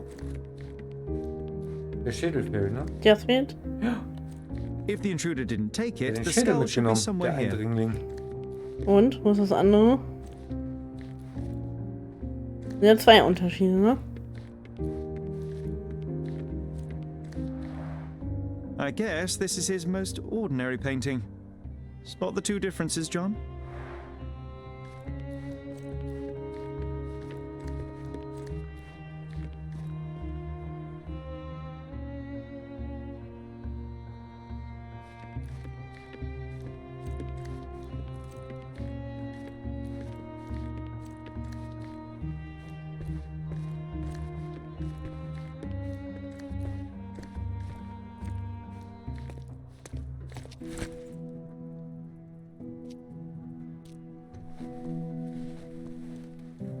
Monster was actually a man. girl. John, you ought to be thrilled. We are now hunting the devil himself. What were you saying, Sherry? I was too busy sketching the scene, you know, crimes and such like, daily routine. Did you find something? A photograph. It depicts a man in a red suit with tails sprouting from his back and multiple people in masks watching the scene. It all adds up. But the act of love, it wasn't given willingly, John. It was a violation. And the girl, she was with child. Give that to me now. Did you recognize someone? No. Although the victim is not from Cordona, she is African. Look at the ritual scars on her face. Get that image out of your brain. You have to continue the investigation. I must speak to the landlady. Perhaps she saw or heard something. Sherry, you cannot tell her the truth about Mercurio. It will hurt her. John, that's illogical. Sooner or later, she will come here and discover a corpse, and I still need to talk to her. Just avoid mentioning corpse, all right? Stick to the character, tell her to call the police. I'll take that into account. And wait here. I've redrawn the people in the photograph. Now you can proceed with your investigation without those horrific details.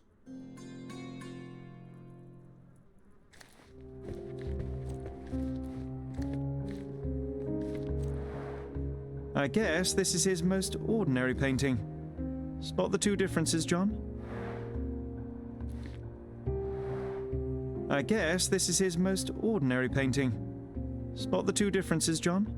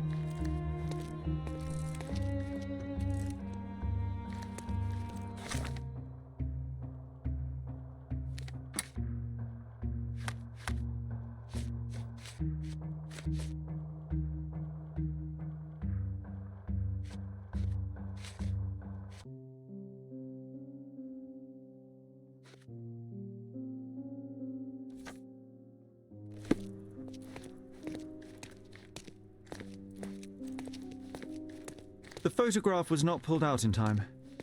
Such a waste of material.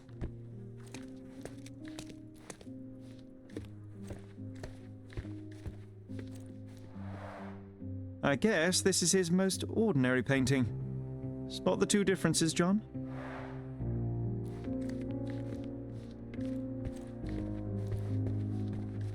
Nothing behind it.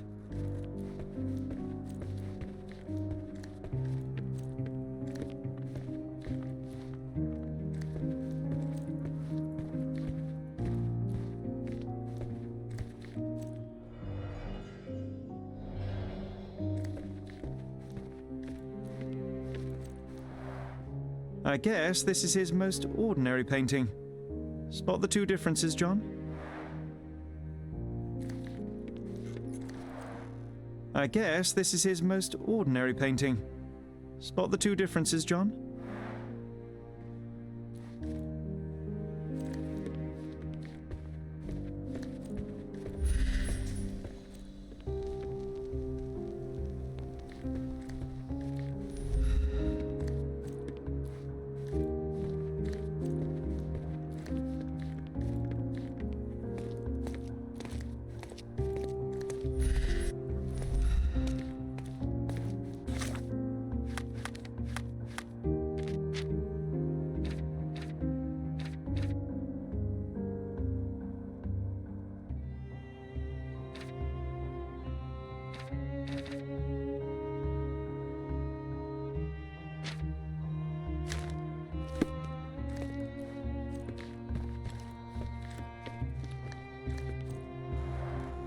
I guess this is his most ordinary painting.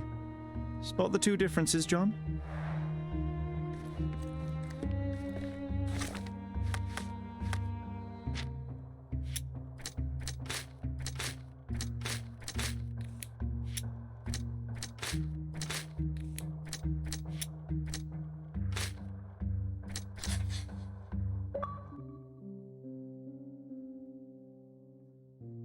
Besucher könnte nach Foto gesucht haben.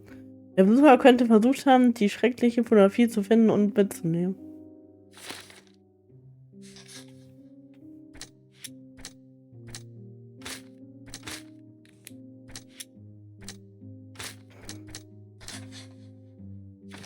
Der Dieb wollte den Maler nicht töten. Der Dieb hatte nicht vor, den Maler von dem Vieh zu töten. So, ihr Lieben, ich muss ins Bett. Dann wünschen wir dir eine gute Nacht. Genau, schlaf gut. Schlaf gut. Genau. Morgen einen entspannten Arbeitstag und wir hören und lesen uns. Genau. Danke fürs Zuschauen. Tschüssi. Danke, danke. So, was haben wir denn hier?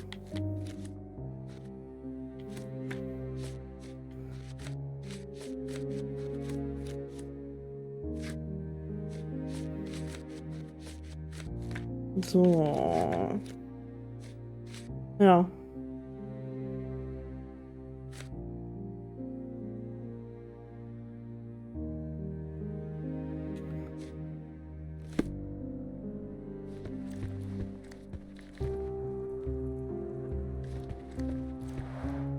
The chest has been searched.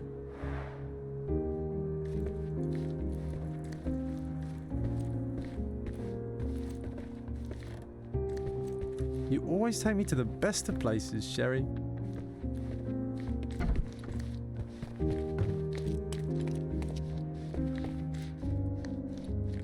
What's wrong, dear? You look like you've seen a ghost. Can you tell me if anyone else has recently entered the flat? Oh, you're talking about that limping man. I'm sorry I let him in. I was scared. And I thought maybe he would motivate you to find money so that you would pay your rent. No offense, dear. Can you describe him? Oh, so you weren't at home. I was so certain you didn't leave your flat that day. He was of average height, had a limp and a tattoo on his neck, and he was smoking Malpal cigarettes. My husband used to smoke those. They have a horrible smell I can recognize from a mile away.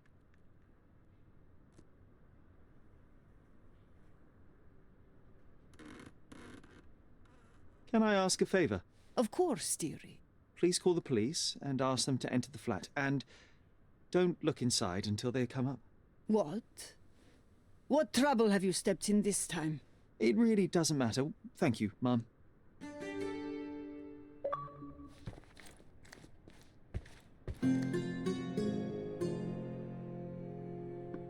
Ein wahrer Gentleman. Alle Hinweise erhalten, das ist doch gut.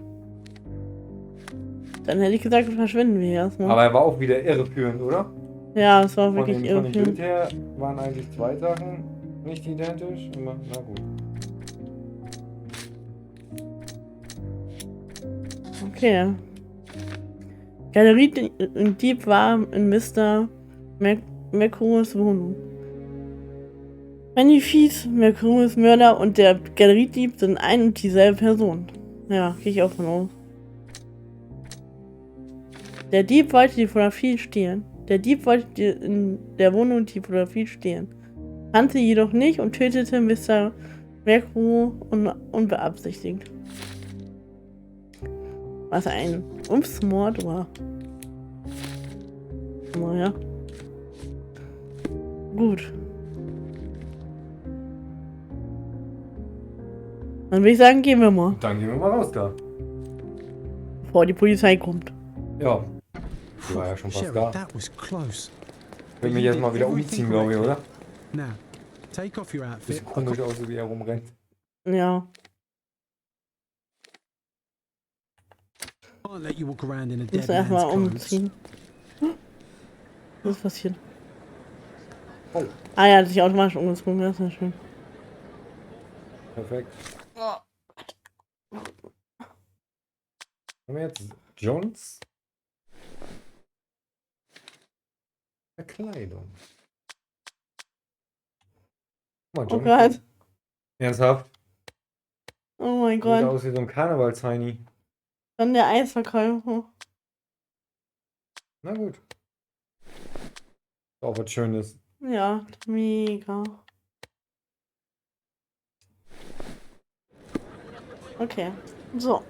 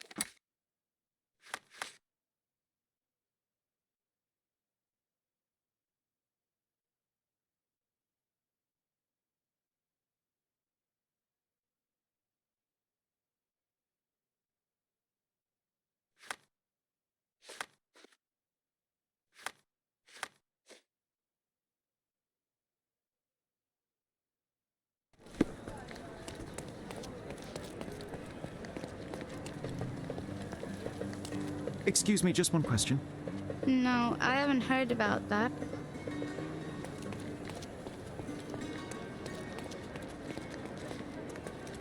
Ja, gute Frage. Ob wir jemanden finden, der uns hier helfen kann?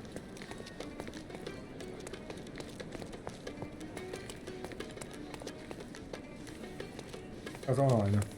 Ne, das war ein Mädchen.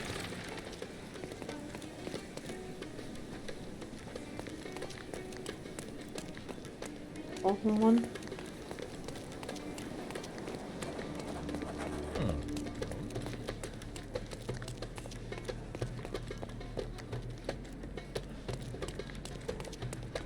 Man darf die Junge eigentlich vor uns weg.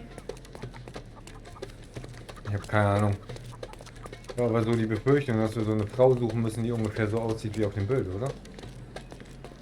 Ja, die Frau müssen wir finden, wahrscheinlich. Aber ich finde die gar keine Frau. Alle weg. Alle weg. Alle ausgeflogen.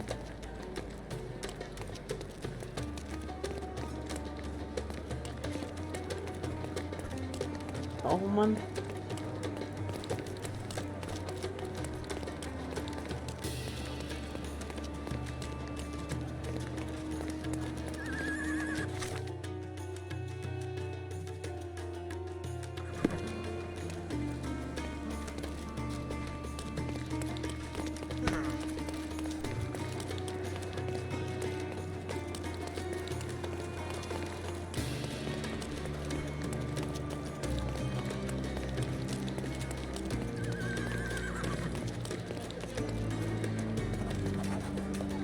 Neuer Ort freigeschaltet. Ich habe eine Moschee gefunden.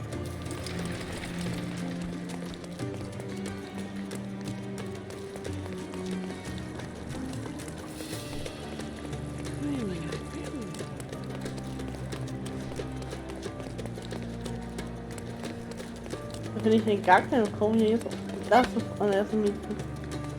Hat schon geschrien, ey. Oh Mann.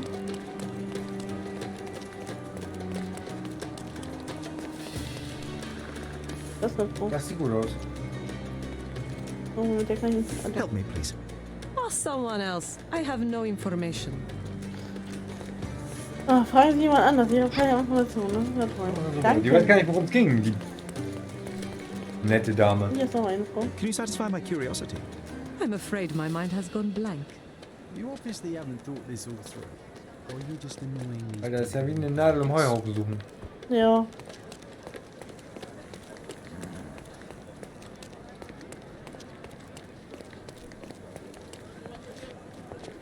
May I ask for your assistance? I'm afraid my mind has gone blank. Oh. Zum Glück ist die Stadt nicht so groß. Ja.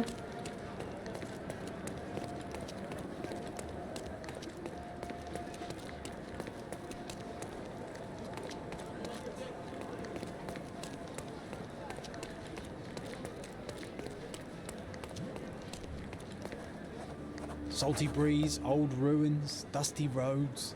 Do you recall clambering over these walls as a child? Perhaps. Did we find something at the top? Nee, habe ich auch die falschen Klamotten an. Gibt's da noch was anderes? Ja, vielleicht. Du sollst ja irgendwie als unbeaufsichtigter Mensch, als normaler Arbeiter rumrennen. Genau Na noch. gut, ich habe Arbeitsschlüssel. Haben wir noch? Ja, sowas habe ich alles nicht. Mehr habe ich ja nicht. Das wird dann nochmal zum Händler. Händler.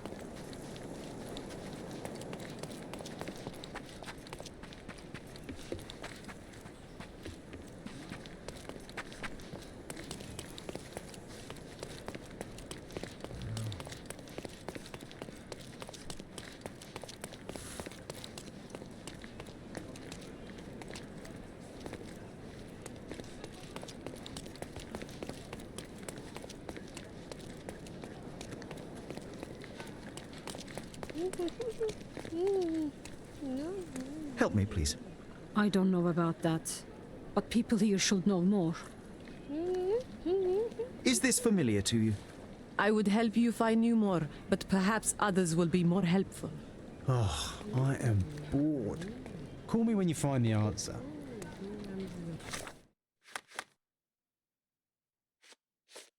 Warte mal, da ist irgendwas da jetzt hinzugekommen. Wie gesagt.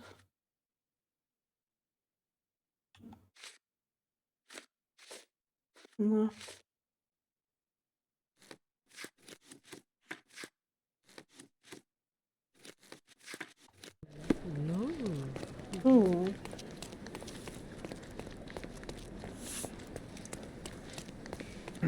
Ich weiß nicht, wollen wir nochmal zu so einem Händler gehen?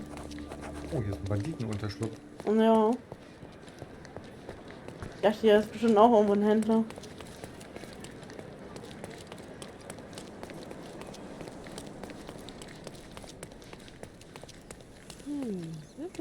Is this familiar to you? Ask someone else. I have no information.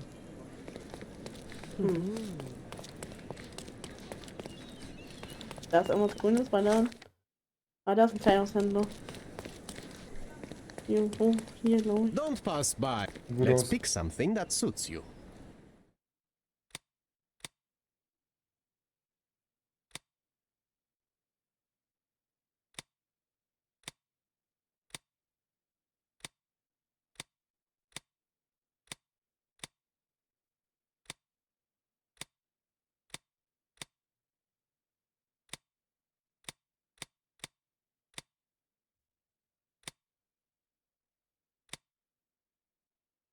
Landstreicher.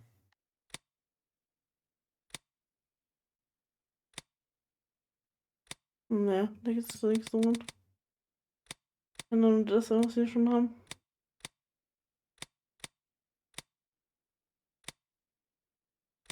Keiner Bandit. Ja, gute Frage.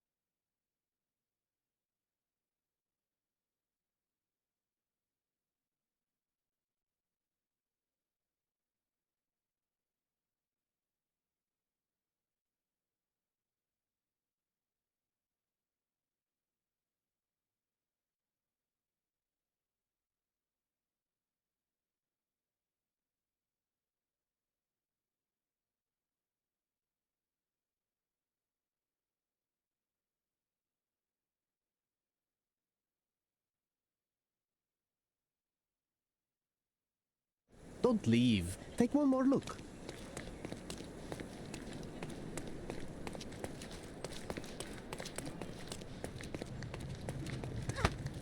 Could you help me? Oh, I've heard talk. Johns Zeichnung einer Schwangeren.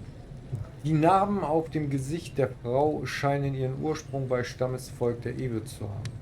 Auf Cordona kann man Ewe nur im Flüchtlingslager unter der Victoria-Brücke zwischen Scaladio und Silverton finden. Okay, da müssen wir wohl jetzt ins Flüchtlingslager. Okay. Oder auch nicht, okay.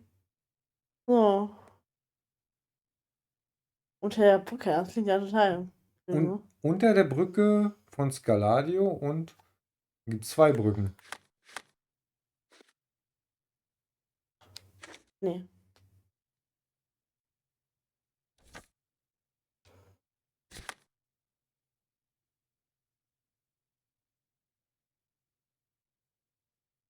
Ich würde die erste Brücke gleich nehmen hier vorne. Der steht doch da. Steht unter Ach so. der Victoria-Brücke. Da steht unter. Achso, da steht sogar welche Brücke. Ja, jetzt steht doch nicht mal drauf, welche Brücke das ist. Wohl nicht. Das ist die Victoria-Brücke. Victoria-Brücke. Oh, okay. Also da drunter? Das ist ja total, das finde ich ja total bescheuert. Der Flüchtlingslager unter der Brücke ist. Hört sich ja total dumm an. Ja. So, naja. Dann gehen wir da mal hin. Unter die Brücke.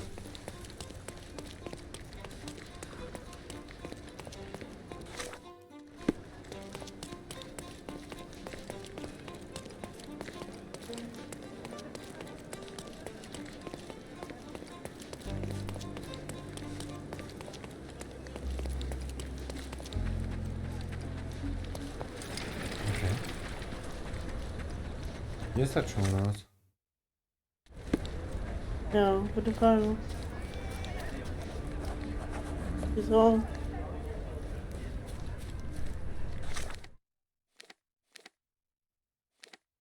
Obwohl.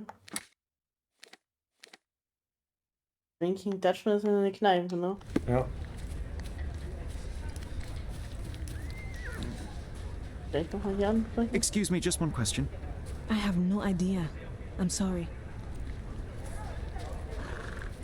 Aber es soll ja auch unter der Brücke sein. Ja, ich weiß.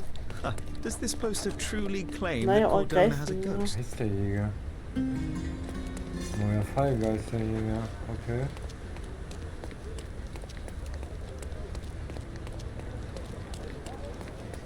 Industriehafen. Is this familiar to you? Oh, if only I could help you with this.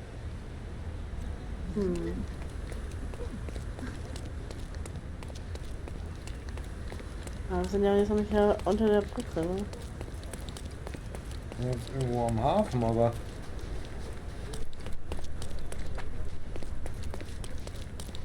Aber wie du gerade schon gesagt hast, so unter der Brücke ist auch irgendwie ein bisschen strange.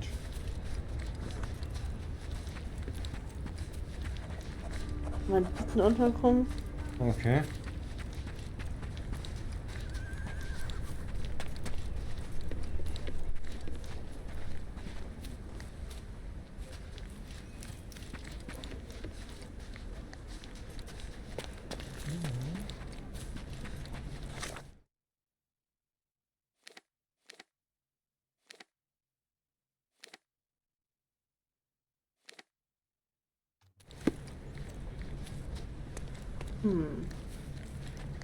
Ja, schon fast im neuen Gebiet hier, ne? Ja. Geht denn da vielleicht bei der Brücke irgendwo noch ein Weg nach unten? Are you able to help me? I have no idea. I'm sorry. Die wissen das bestimmt nicht, weil das hier schon wieder ganz andere Stammesmenschen sind.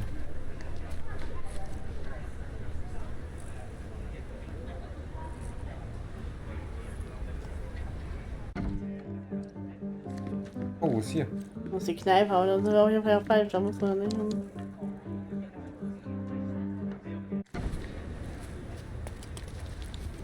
Did you hear another? Soll ja wie ein Flüchtlingslager sein. Die Frage ist ja, wo soll das so sein?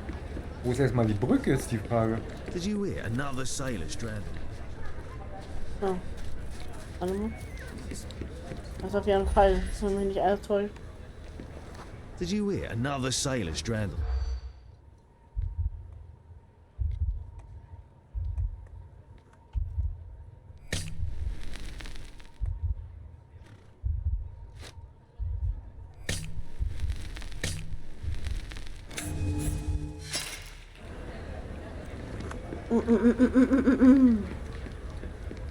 Did you hear another sailor stranded?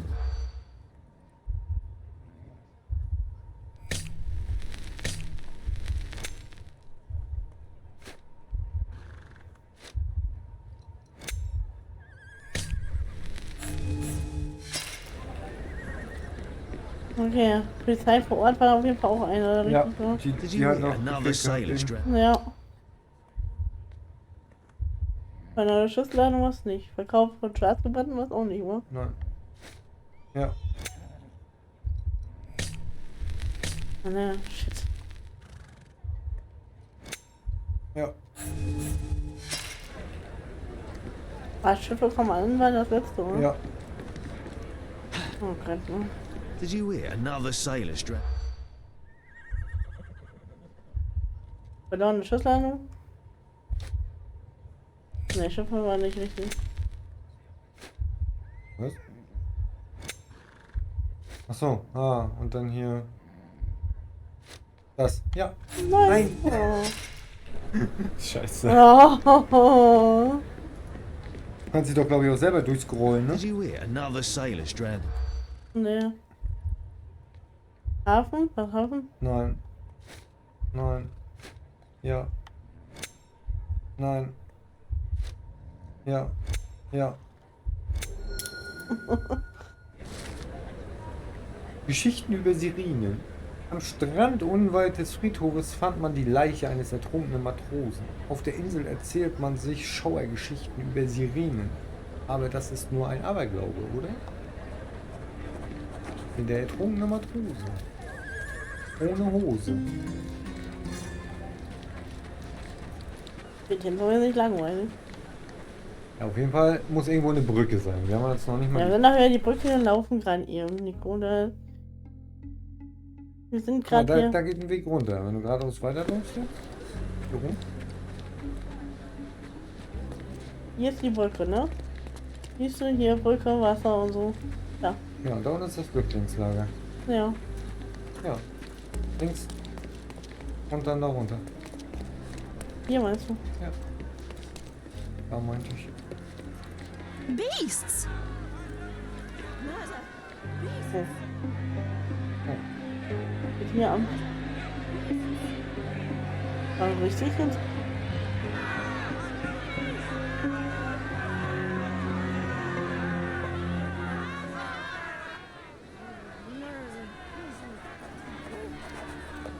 Murderers! They're completely livid. First they come to our land, then they murder our people. Drop them all into the sea! Murder! Beasts! Where do you think you're going? Sir, this place is off limits to the public. Please state your business or leave, or I shall request that the police escort you out.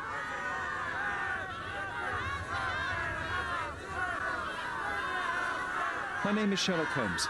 I'm a private investigator. I'm looking for a witness for a case. A private investigator? Really? Even so, you're not authorized. I can't let you in. And you are? I'm Ronald Harlow, here to handle the refugee situation on behalf of City Hall. I'm the acting supervisor here, so I have full authority here to ask you to leave, or I shall order the police to detain you for trying to pass the blockade. Please, step back. Dann versuchen wir den Herrn mal wieder. Der hat auf jeden Fall wenig geschlafen. Arbeite im geschlossenen Raum. Okay. Übertrieben seriöse Kleine. Versucht autoritär zu wirken. Hat irgendwas in der Hand, oder? Schwitzt und ist angespannt. Feuchte Hände. Hier. Saubere Schuhe, arbeite meistens im Sitzen. Geil, was er alles analysiert. Ja.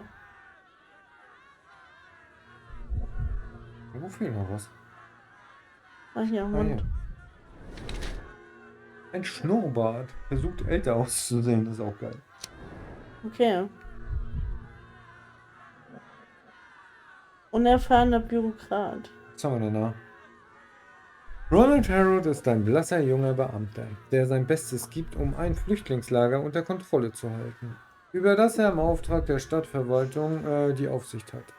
Er ist nicht allzu glücklich über die große Verantwortung, er hält sich jedoch streng an die Vorschriften und erledigt alle Aufgaben, die ihm übertragen wurden. Allerdings scheint ihm die Erfahrung zu fehlen, um mit Problemen fertig zu werden, die sich außerhalb seines Büros abspielen. Mit seinem flaumigen Schnurrbart versucht er älter auszusehen, als er tatsächlich ist. Seine blasse Haut und dunklen Augenringe deuten darauf hin, dass sein Büro nur schwach beleuchtet ist. Zudem verlässt er es selten, was an seinen sauberen und kaum zerschlissenen Schuhen zu erkennen ist. In seiner Kleidung will er respekteinflößend aussehen, doch angesichts des Wetters auf Cordona wirkt das unpassend. Seine schwitzende Handfläche legen den Schluss nahe, dass es eine große Belastung für Mr. Harrow darstellt, sich außerhalb seiner Komfortzone zu bewegen. Ja, nehmen wir das mal. Ich würde das einfach mal nehmen. What about the murder that this crowd keeps shouting about? It's mere assumption. I assure you that the situation is under the police's control. I know you want to deal with this in the right way. You are obviously a professional and a responsible person, but you clearly have never handled a situation like this before. I am handling it, Mr. Holmes. Don't question my capability here. And tell me how you do it. You can't even calm this gathered crowd, and as for the police, they're not quite managing it either, are they? You consider yourself a problem solver, but until today, you've been solving problems sitting at your desk in a dark corner of a city hall room. Here, you need a more practical approach. What are you driving at, Mr. Holmes?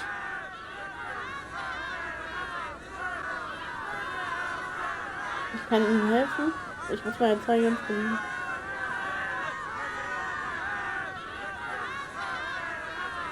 I can help you to handle the situation if you're truly interested in solving things quickly and quietly. And how exactly would you manage that? Simply tell the police that I'm with City Hall and I'm permitted to investigate the scene. I'll work out the rest. But in return, I need your help finding my witness. She's a young refugee. She's with child or was with child recently. Look, there is indeed a dead body inside the camp. So even if the girl you are looking for is there, all the refugees are now being detained and interrogated by the police. They won't allow you to speak with her, and I can't do anything about that until the situation settles down. So it's in our mutual interest to settle it. Oh, I suppose that things are bad enough that I ought not shy away from help. All right, Mr. Holmes, I'll tell the police to allow you to come inside. Just tell me when you're ready.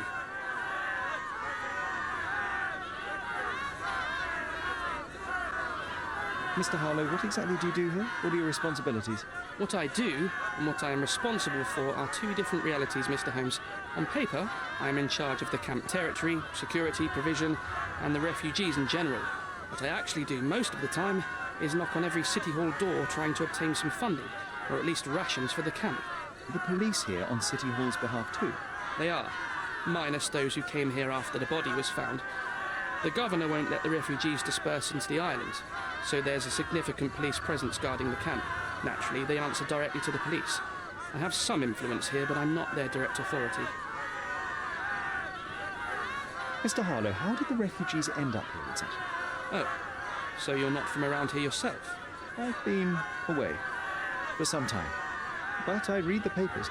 Yes, this whole story has been in the papers for almost a year now. They were smuggled to Cordona on a ship from Africa. Smuggled?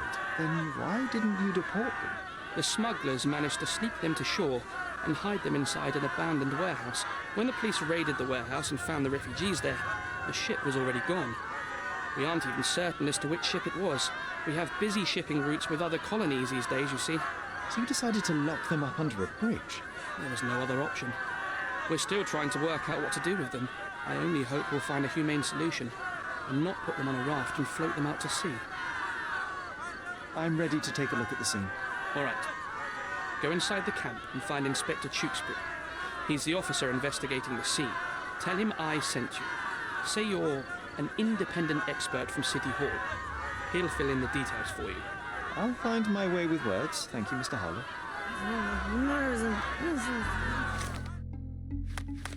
Okay. Dann machen wir Hinweis anheften. Gehen wir da mal rein, würde ich sagen. Ins Geschehen, wie immer. So they keep these refugees under a bridge like proverbial trolls. No wonder the people outside are so disturbed. Einfach so. Ja. Who the hell are you? How did you get in here? Mr. Ronald Harlow let me in, sir. I'm Sherlock Holmes, a surveyor of refugee affairs with City Hall. You're Inspector Tewkesbury, I presume? A surveyor?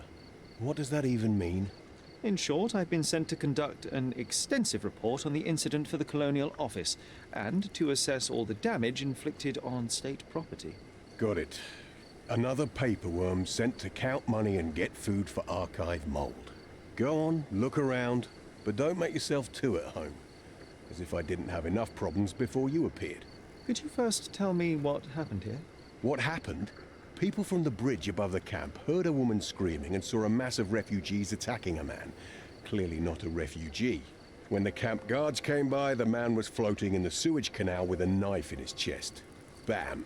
A murder. Big news for Cordona. I'm sure. Thank you, Inspector. Did you learn anything about the dead man? The fellow looks like a thug. I've had dozens like him fished out of the sea over the past 20 years. Ever since these refugees arrived, there have been people on Cordona with bad blood in them. My best bet is that this thug had something against them too. And no clue as to his identity? He had some items on his body, but nothing to indicate who he was or where he was from. I think I should catalogue his possessions in my records. Go on. They're on the table near the body. And none of the refugees were harmed? One fellow was cut. He's lying over there near their kitchen. He's in a bad way. You mentioned a woman screaming who attracted the bypassers on the bridge. Was she harmed? No, she's all right, but perhaps the whole debacle started because of her. She started wailing and the refugees stood up for the girl. And where is this young woman now? Back there in the shacks, same as the rest of the refugees. She's been questioned by my men, but she's just some refugee girl. Can't understand much English. Do you have any suspects yet? You're joking, right? I've got a whole camp full of suspects. And if you ask me, this boy had it coming. Better bury him and forget about Echt heftig, was der erzählt hat. There's a crowd gathered at the camp and my superiors say you must thoroughly interrogate the refugees. At least those who can understand any English. Do you believe that your superiors wish to get rid of the refugees? I think that both our superiors would rather keep the story quiet. Since that's an unaffordable luxury now, they're looking how to protect their public image. That's why I have to waste my time waiting for my people to turn every stone and befriend every refugee. Ja. Ja, dann gehen wir mal los. Hab ihn jetzt auf die Schnauze hauen. Ja, kannst du. Einfach schön mit der rechten. Ja, echt so. Frage ist halt, bin ich jetzt die Leiche an oder den Tatort erstmal?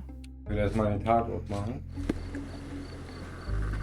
Here we go again. Number of hours on Cordona before stumbling upon another dead body. Ja, was das erste gehabt. 0. Hm? Ach, vorbeigelaufen, der leuchtet das. Oh, okay.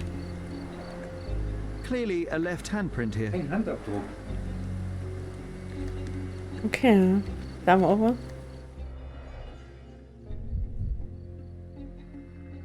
Blut.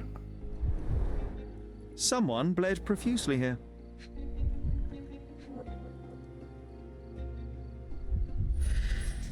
Oh, a fresh crack, as if the crate was hit recently. Okay.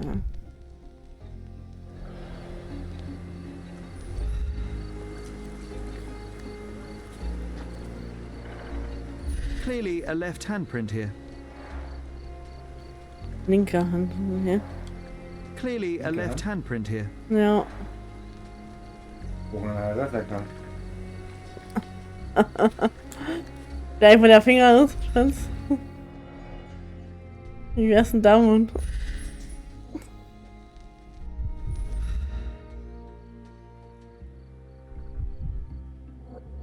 solange du fällst. Naja.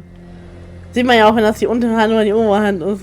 Die Handfläche oder nicht Handfläche. Ja, gut, das stimmt, ja. Fußabdruck. A furrow in the ground.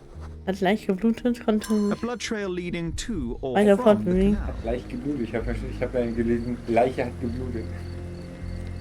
Oh.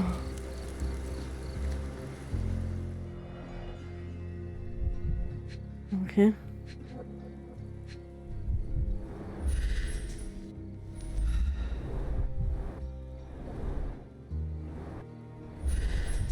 A simple leather sheath. Perfect for a dirk. Okay, das ist neu jetzt, dass man das im Konzentrationsmodus machen soll, Malpal. ne? Nee, muss man auch nicht. Water. Achso, muss man auch nicht. Ja. Ach, kann man auch so machen. Ja. 1,000 pounds. A fair sum, especially Andere war considering jetzt British gerade currency isn't very Konzentration. common in Cordona. Das andere war im Konzentrationsmodus. Ich dachte, das ist Wo die nur- Kreise waren. Noch mehr? Ja, muss ja bestimmt noch. War das nur John? Das ist die Leiche. Nicht mehr. 2. Haben wir hier? Oh, okay. Das größte 9. Police boots. Always happy. 9,5. A heavy boot with a worn out Barfuß 10. sock. A man's footprint. Okay. Spannend.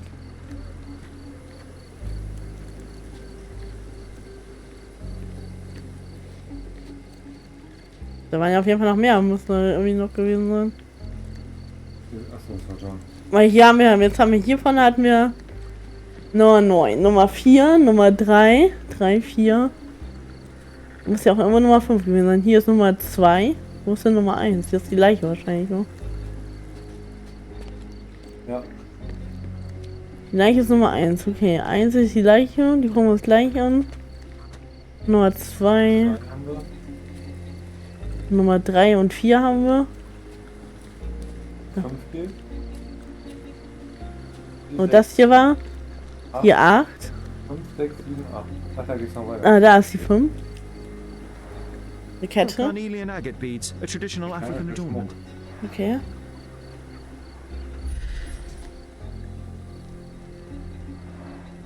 Oh, carnelian agate beads, a traditional African adornment. Nummer 5. Hier ist Nummer 6.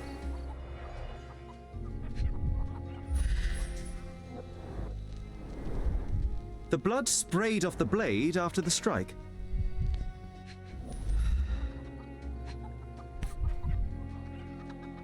No hint of blood or impact. It might have been used as an improvised weapon.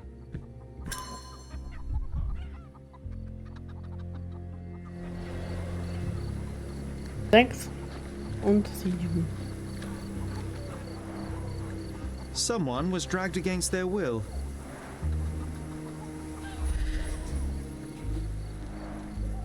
Someone was dragged against their will. Oh, der wurde weggezogen. Ja. So. Dann liegt hier jemand noch verletzt, glaube ich, wenn ich das so richtig sehe. Oh ja. Der sieht aber gar nicht gut aus. Überhaupt nicht. Der wurde The cut is deep, potentially serious if not treated immediately. Oh shit. Und das Gesicht. He is in shock, feverish and dehydrated. Sherry, you know first aid. Surely you have a duty to help this man. You can't leave him to certain death. Kann ich dir das helfen? I think we can find all we need here in the camp.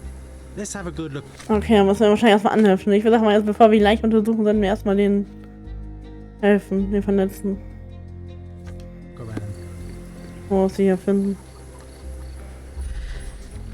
Hier ist irgendwas? Eine Blume. Ah, Kräuter, Stechpalme. That will kill, not save him. Ah, okay, das wäre, damit wir ihn umbringen.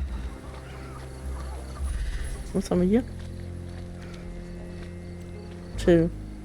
It won't do any good. Leider nicht zu gebrauchen. Oh.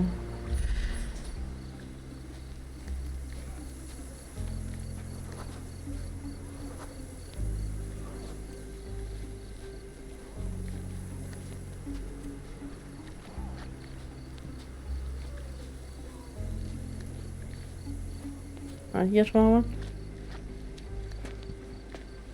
Stopp, komplett so. Just washed. Better than nothing to bandage the wound. Okay.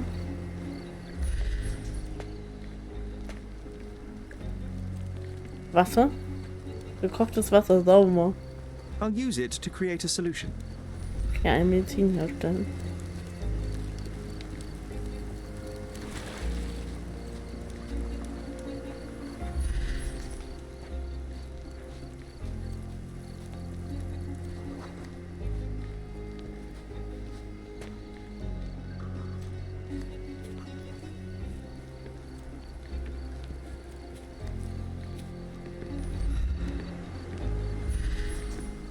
Wo sind die?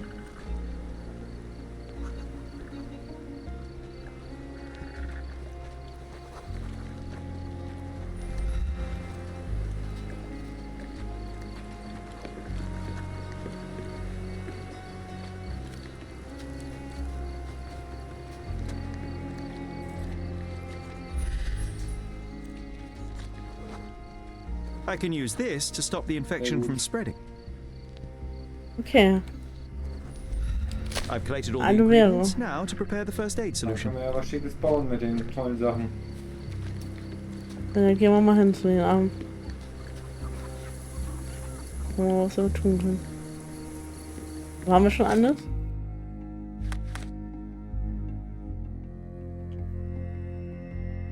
Ja.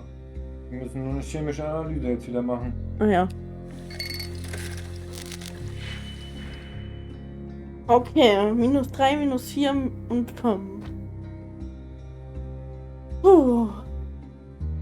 Ja.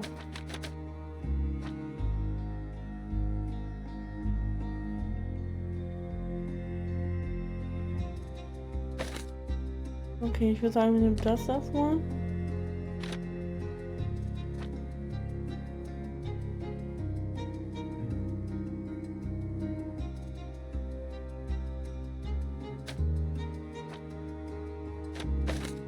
Und kehren das erstmal um. Da hätten wir schon mal -4.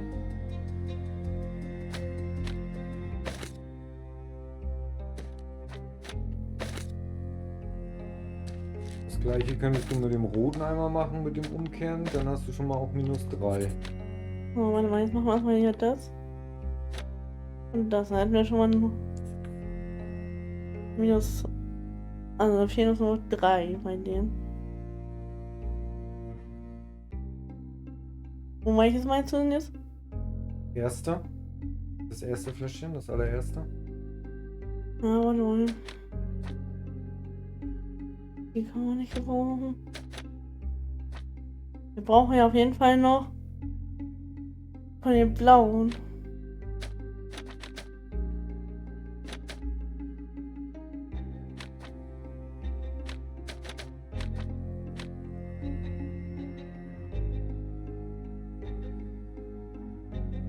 Ich muss mal das nehmen.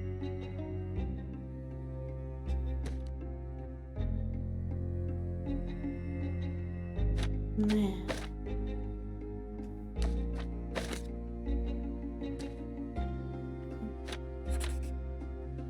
Ich habe nur dran noch mal.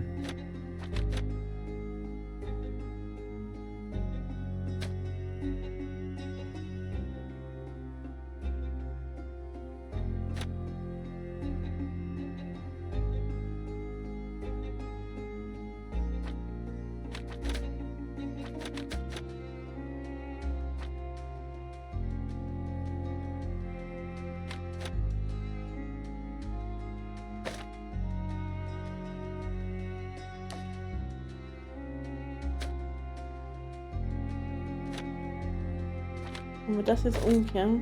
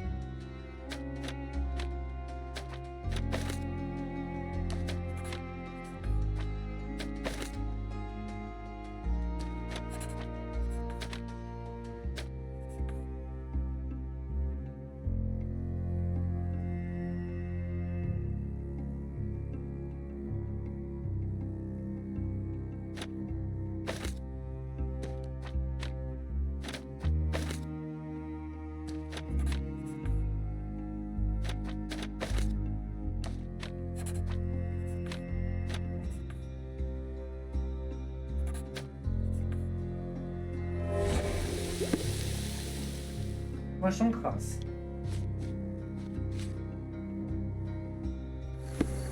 So. Thank you. This should make you feel better, my friend. Now remain lying down and drink as much water as you can. Well done, Sherry. At least he won't die from the infection.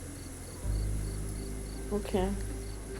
Well done, Sherry. At least he won't die from the infection.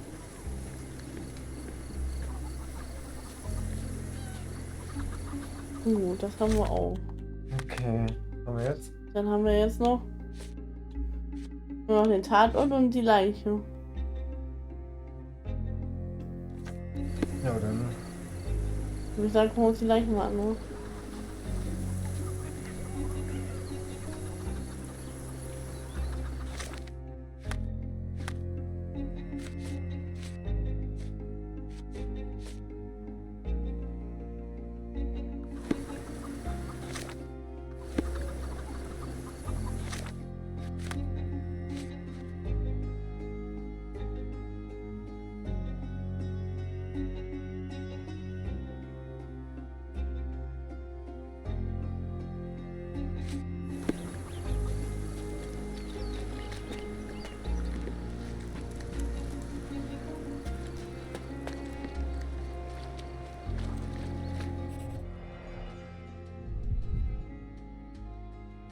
Oha.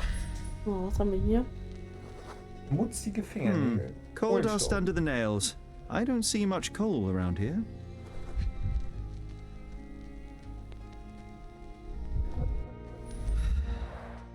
An interesting tattoo.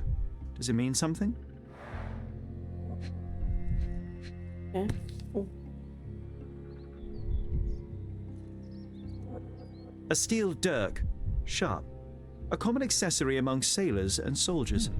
Okay. Er wurde mit einem Dolch erstochen. I'd say the blade penetrated upward, however the wound is too messy to be certain.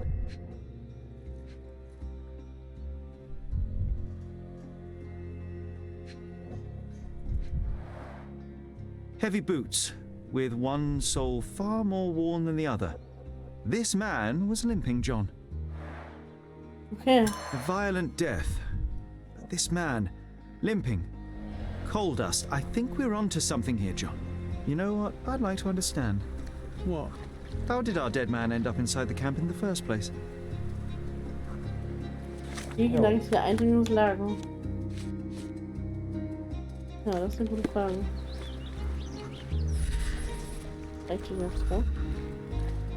If they find out about the passage, everything will go to hell.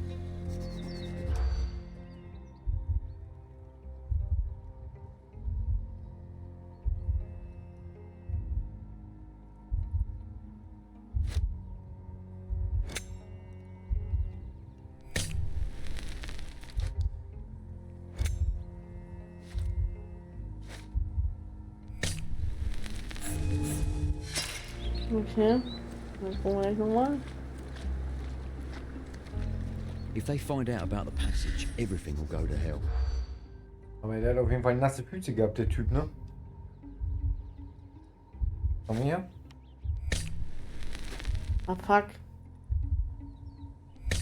Nicht alter Spürhund, Geld. Okay, Also Geld stimmt schon mal. Ja, Geld fehlt gerade nur. Achso, du hast ja einen schon If rausgehabt. they find out about the passage, everything will go to hell.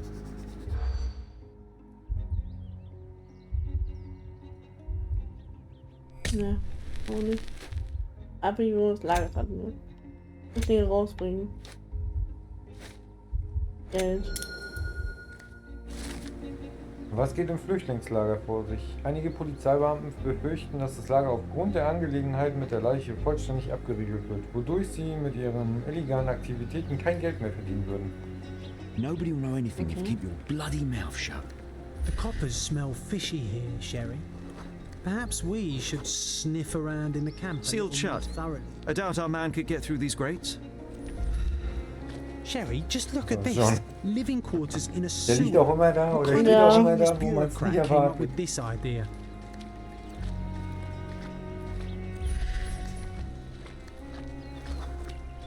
Wo er reingekommen ist.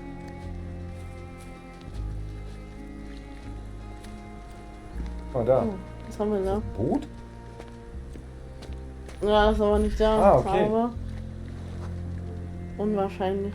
It's unlikely anyone could get in or out of the camp by water without alerting the police guards. Okay. Auch eher unwahrscheinlich. Und was haben wir hier für Vibrationen?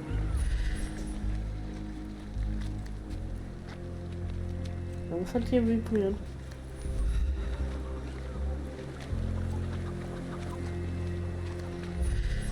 Vielleicht der Hinweis wegen dem Boot? Ne, glaube ich nicht. Das ist auch was anderes.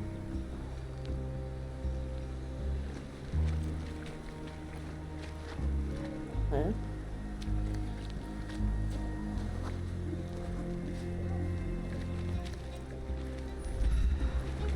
Hä? Kennen wir doch schon, das hatten wir doch schon mal. Am Strand.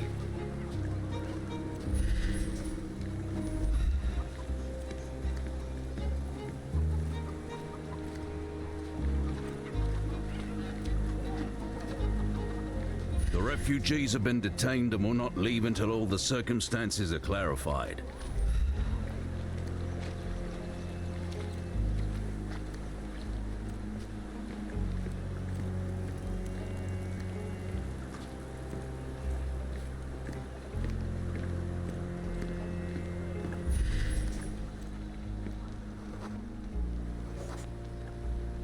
No, it's too short for these walls or cliffs.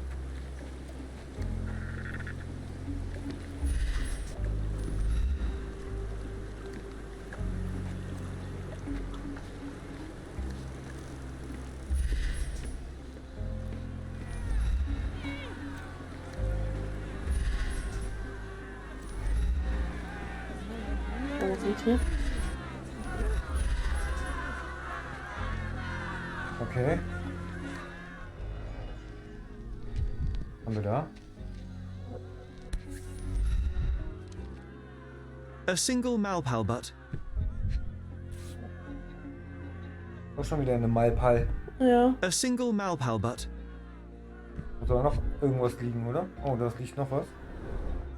Roadman cigarettes. A brand highly regarded by law enforcement officers. So okay. there wasn't any sophisticated infiltration plan. Das andere ist von der Polizei. Let the man into the camp. Und diese Malpal, die haben wir doch schon mal unten auch im Keller gefunden bei dem Antiquitätenhändler. Hier bei dem Maler. Okay. Aber wir haben trotzdem aber noch nicht.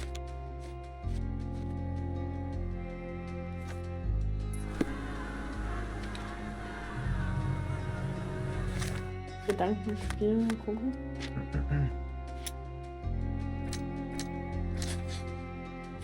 Der Schurke war auch in Vogels Galerie.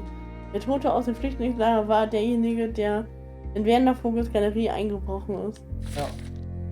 Hab mir schon was gedacht, durch die Zigarettenmarke halt, ne? Ja. Tja, aber hier haben wir auch noch was. Tatort im Flüchtlingslager, ja.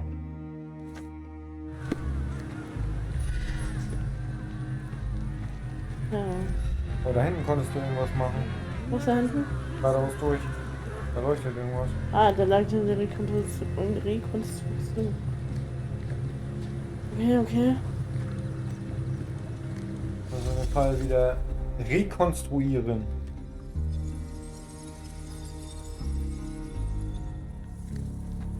Okay, das hier ist kompliziert.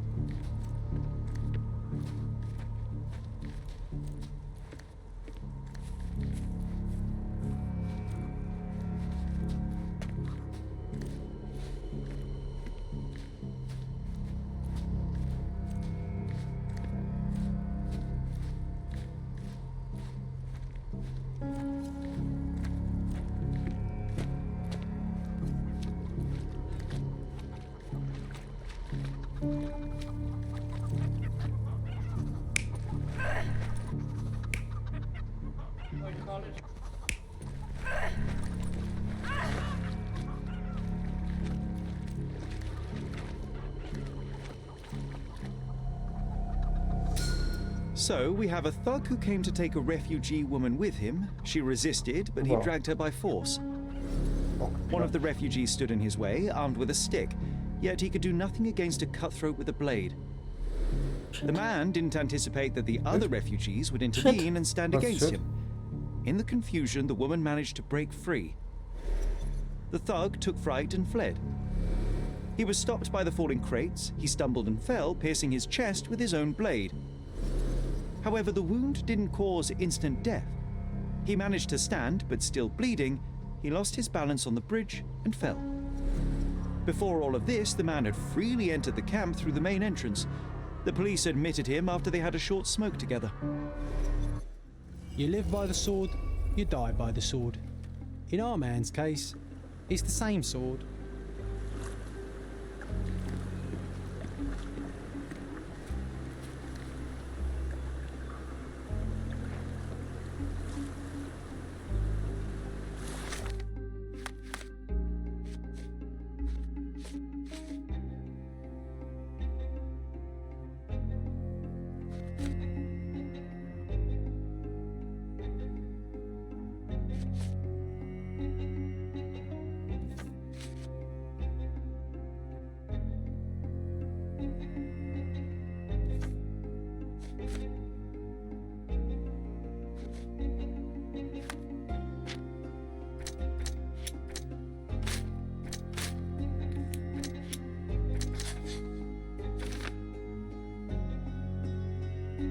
Der Schurke wollte die Frau entführen. Der Schurke kam ins Flüchtlingslager, um die junge Frau zu entführen. Er hatte sie töten können, tat es aber nicht. Nicht nur Dieb, sondern auch Handlanger. Der Schurke ist nicht nur ein Dieb, sondern wollte auch eine Frau entführen. Ein Handlanger für verschiedene Aufgaben. Okay. Ja.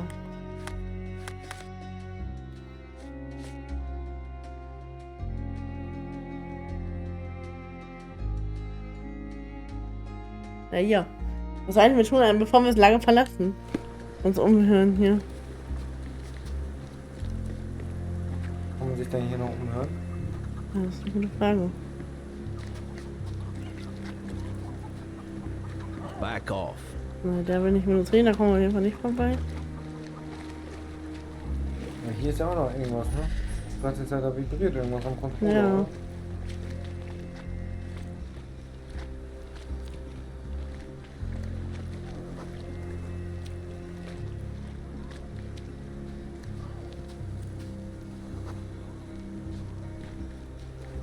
Halt im Wasser?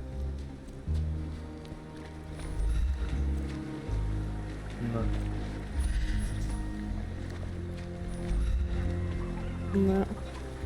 Meistens ist das ja auch. Das letzte Mal war es ja einmal so ein kleiner dummer Punkt nur, weißt du das noch? Ja. Someone was dragged against their will. Ja, was wird das sein, ne?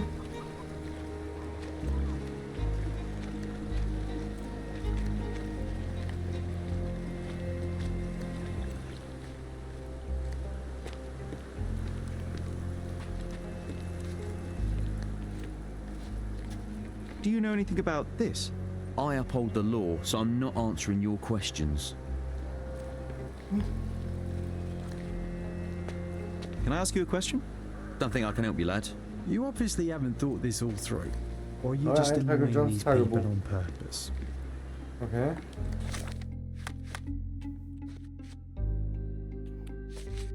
Ja, das war.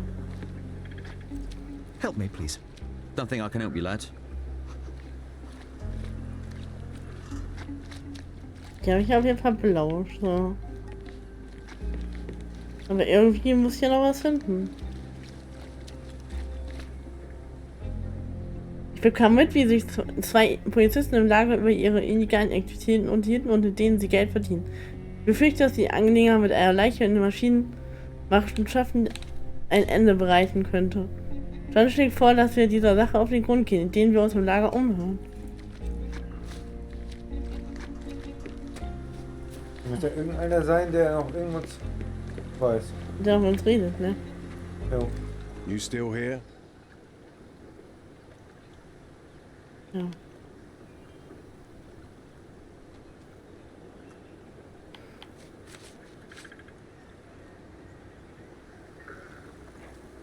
I'll just look around and do my paperwork. You won't even notice me. I wish. Ja. Also die Frage. Bei den anderen mit wem muss ich denn da sprechen?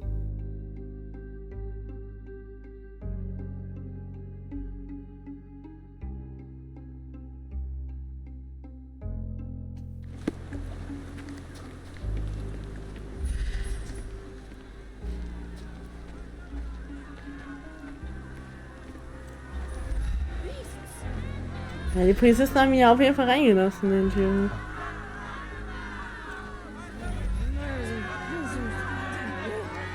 Excuse me, just one question. Don't think I can help you, lad.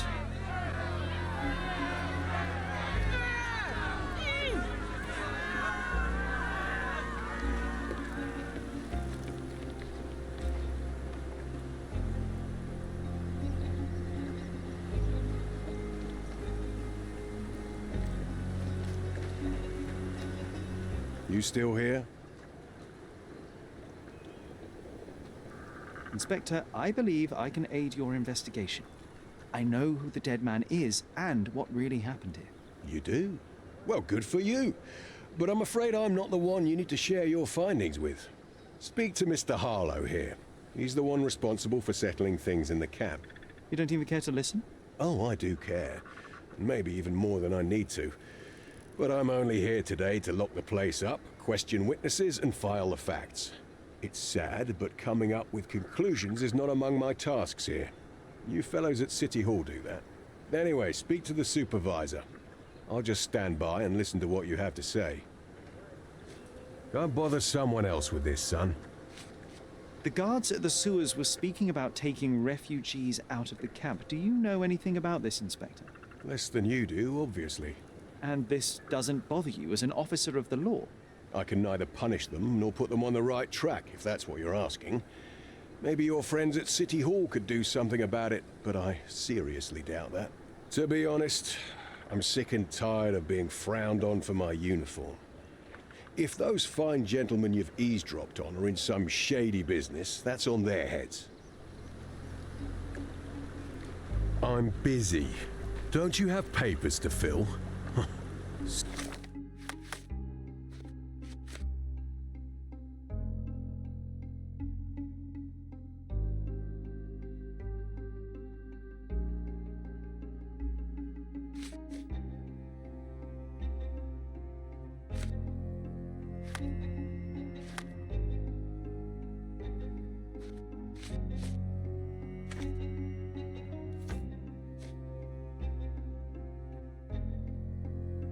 City Hall lubberheads. Mr. Harlow, your refugees didn't murder anyone. What? Pray tell me what you've learned. All right, listen carefully. This might solve one problem for you, but will create a few more. Oh, well, that's a great start. The man came to the camp intending to kidnap one of your refugees, a woman. What he didn't expect was that the refugees would stand up to protect the woman. A brawl had broken out. In the chaos of it, the man stumbled over those crates and fell on his own blade. How do you know he fell on his own blade? The wound in his chest was inflicted from an unusual angle. It was not an offensive stab, shall we say. The refugees didn't touch him. And judging by the blood at the scene, the intruder managed to raise himself but was unable to walk very far. He ultimately fell into the canal. But how did he sneak into the camp? Why didn't the police see him? And this is where your new problems emerge, Mr. Harlow. What do you mean? You're not a dull-witted man. You know what I mean. There is no feasible way to get into the camp without the police guards knowing of it. The pile of mess I had to sort out has just become bigger, but somehow that doesn't surprise me. Anyway, I thank you for your help, Mr. Holmes. I'll take it from here. Meanwhile, I'll make sure the police aren't detaining the refugees any longer.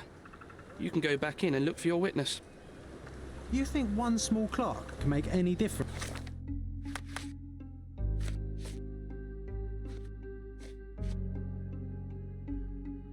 in this place? Who knows, John? Just one ill-fitting cog could make the whole machine crumble.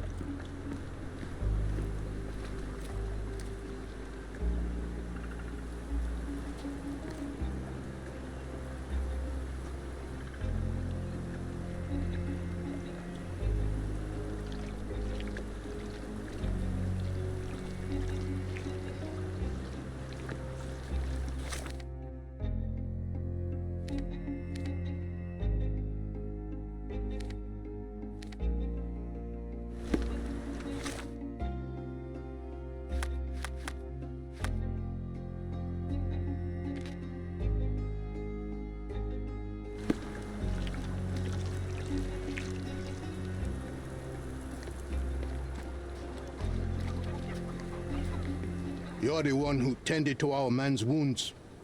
I thank you greatly. The police didn't allow us to help him. The police will leave you alone now. I've proven to them that the man who came into the camp died due to his own foolishness. Thank you for standing up for us. But nobody would help us without a reason. You're here because you want something. Yes, I do. I need to speak with the girl drawn here. The dead man came for her too.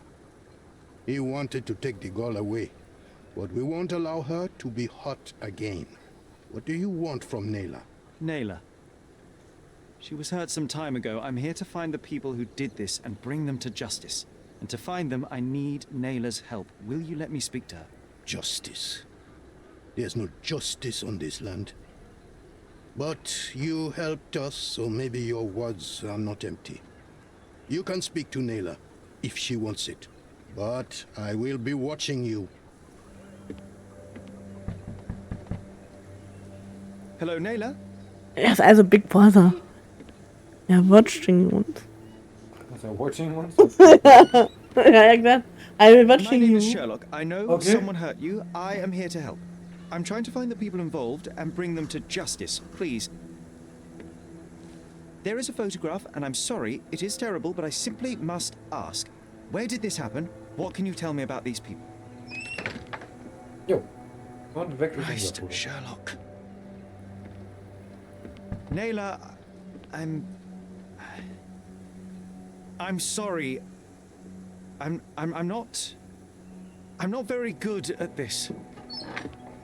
You come here for me, but you are rude and cruel and condescending. A cross. The man had this cross. Now go away. Leave us be. I do not need another white man's help. Ja, das war ein kurzes Gespräch. Oh, glad that wasn't me. Not my best work, John.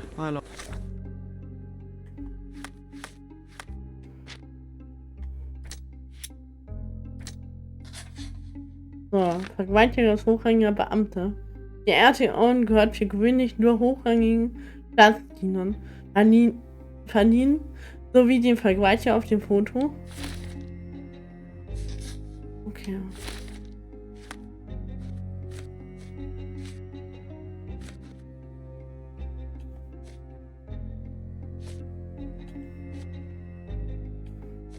Long shot.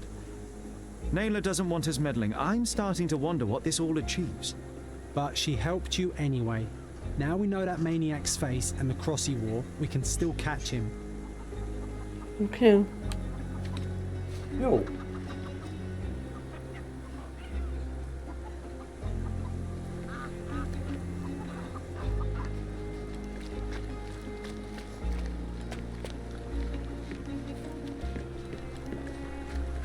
You still here? Sie sind ja immer noch hier. Das weißt du doch nicht. Your problem, not mine. The intruder has a most peculiar tattoo on his neck, 2 lines and a point. Do you know anything about it? You really want to know, kid? Why? You want to play a policeman or something? I'm sure you have it in your records, so it won't hurt if I have it in mine. In my records, it's just a tattoo, as it should be in yours. Ah, to hell with you. Suit yourself as to what you're going to do with it. Off the record, though, such tattoos are often connected to a man named Mr. Niccolo Bernadotti. Bernadotti, you say? A respectable businessman in Scalario. His company imports goods and wines, and smuggles everything that can be smuggled between the colonies and the mainland. His people can be identified by an obscure tattoo, just like the one over there our friend has. But these are all merely rumors, you see. If Mr. Bernadotti was a criminal, he'd be in prison now. Or hanged, right? Okay. Das sind Hinweise erhalten. Okay. Alle Hinweise erhalten. Perfekt. Okay, das ist doch gut.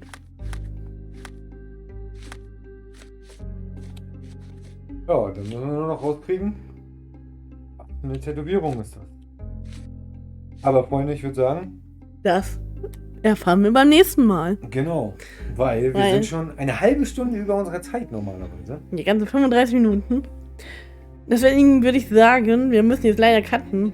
Und wir danken euch auf jeden Fall fürs Zuschauen. Wünschen euch eine gute Nacht, schlaf gut.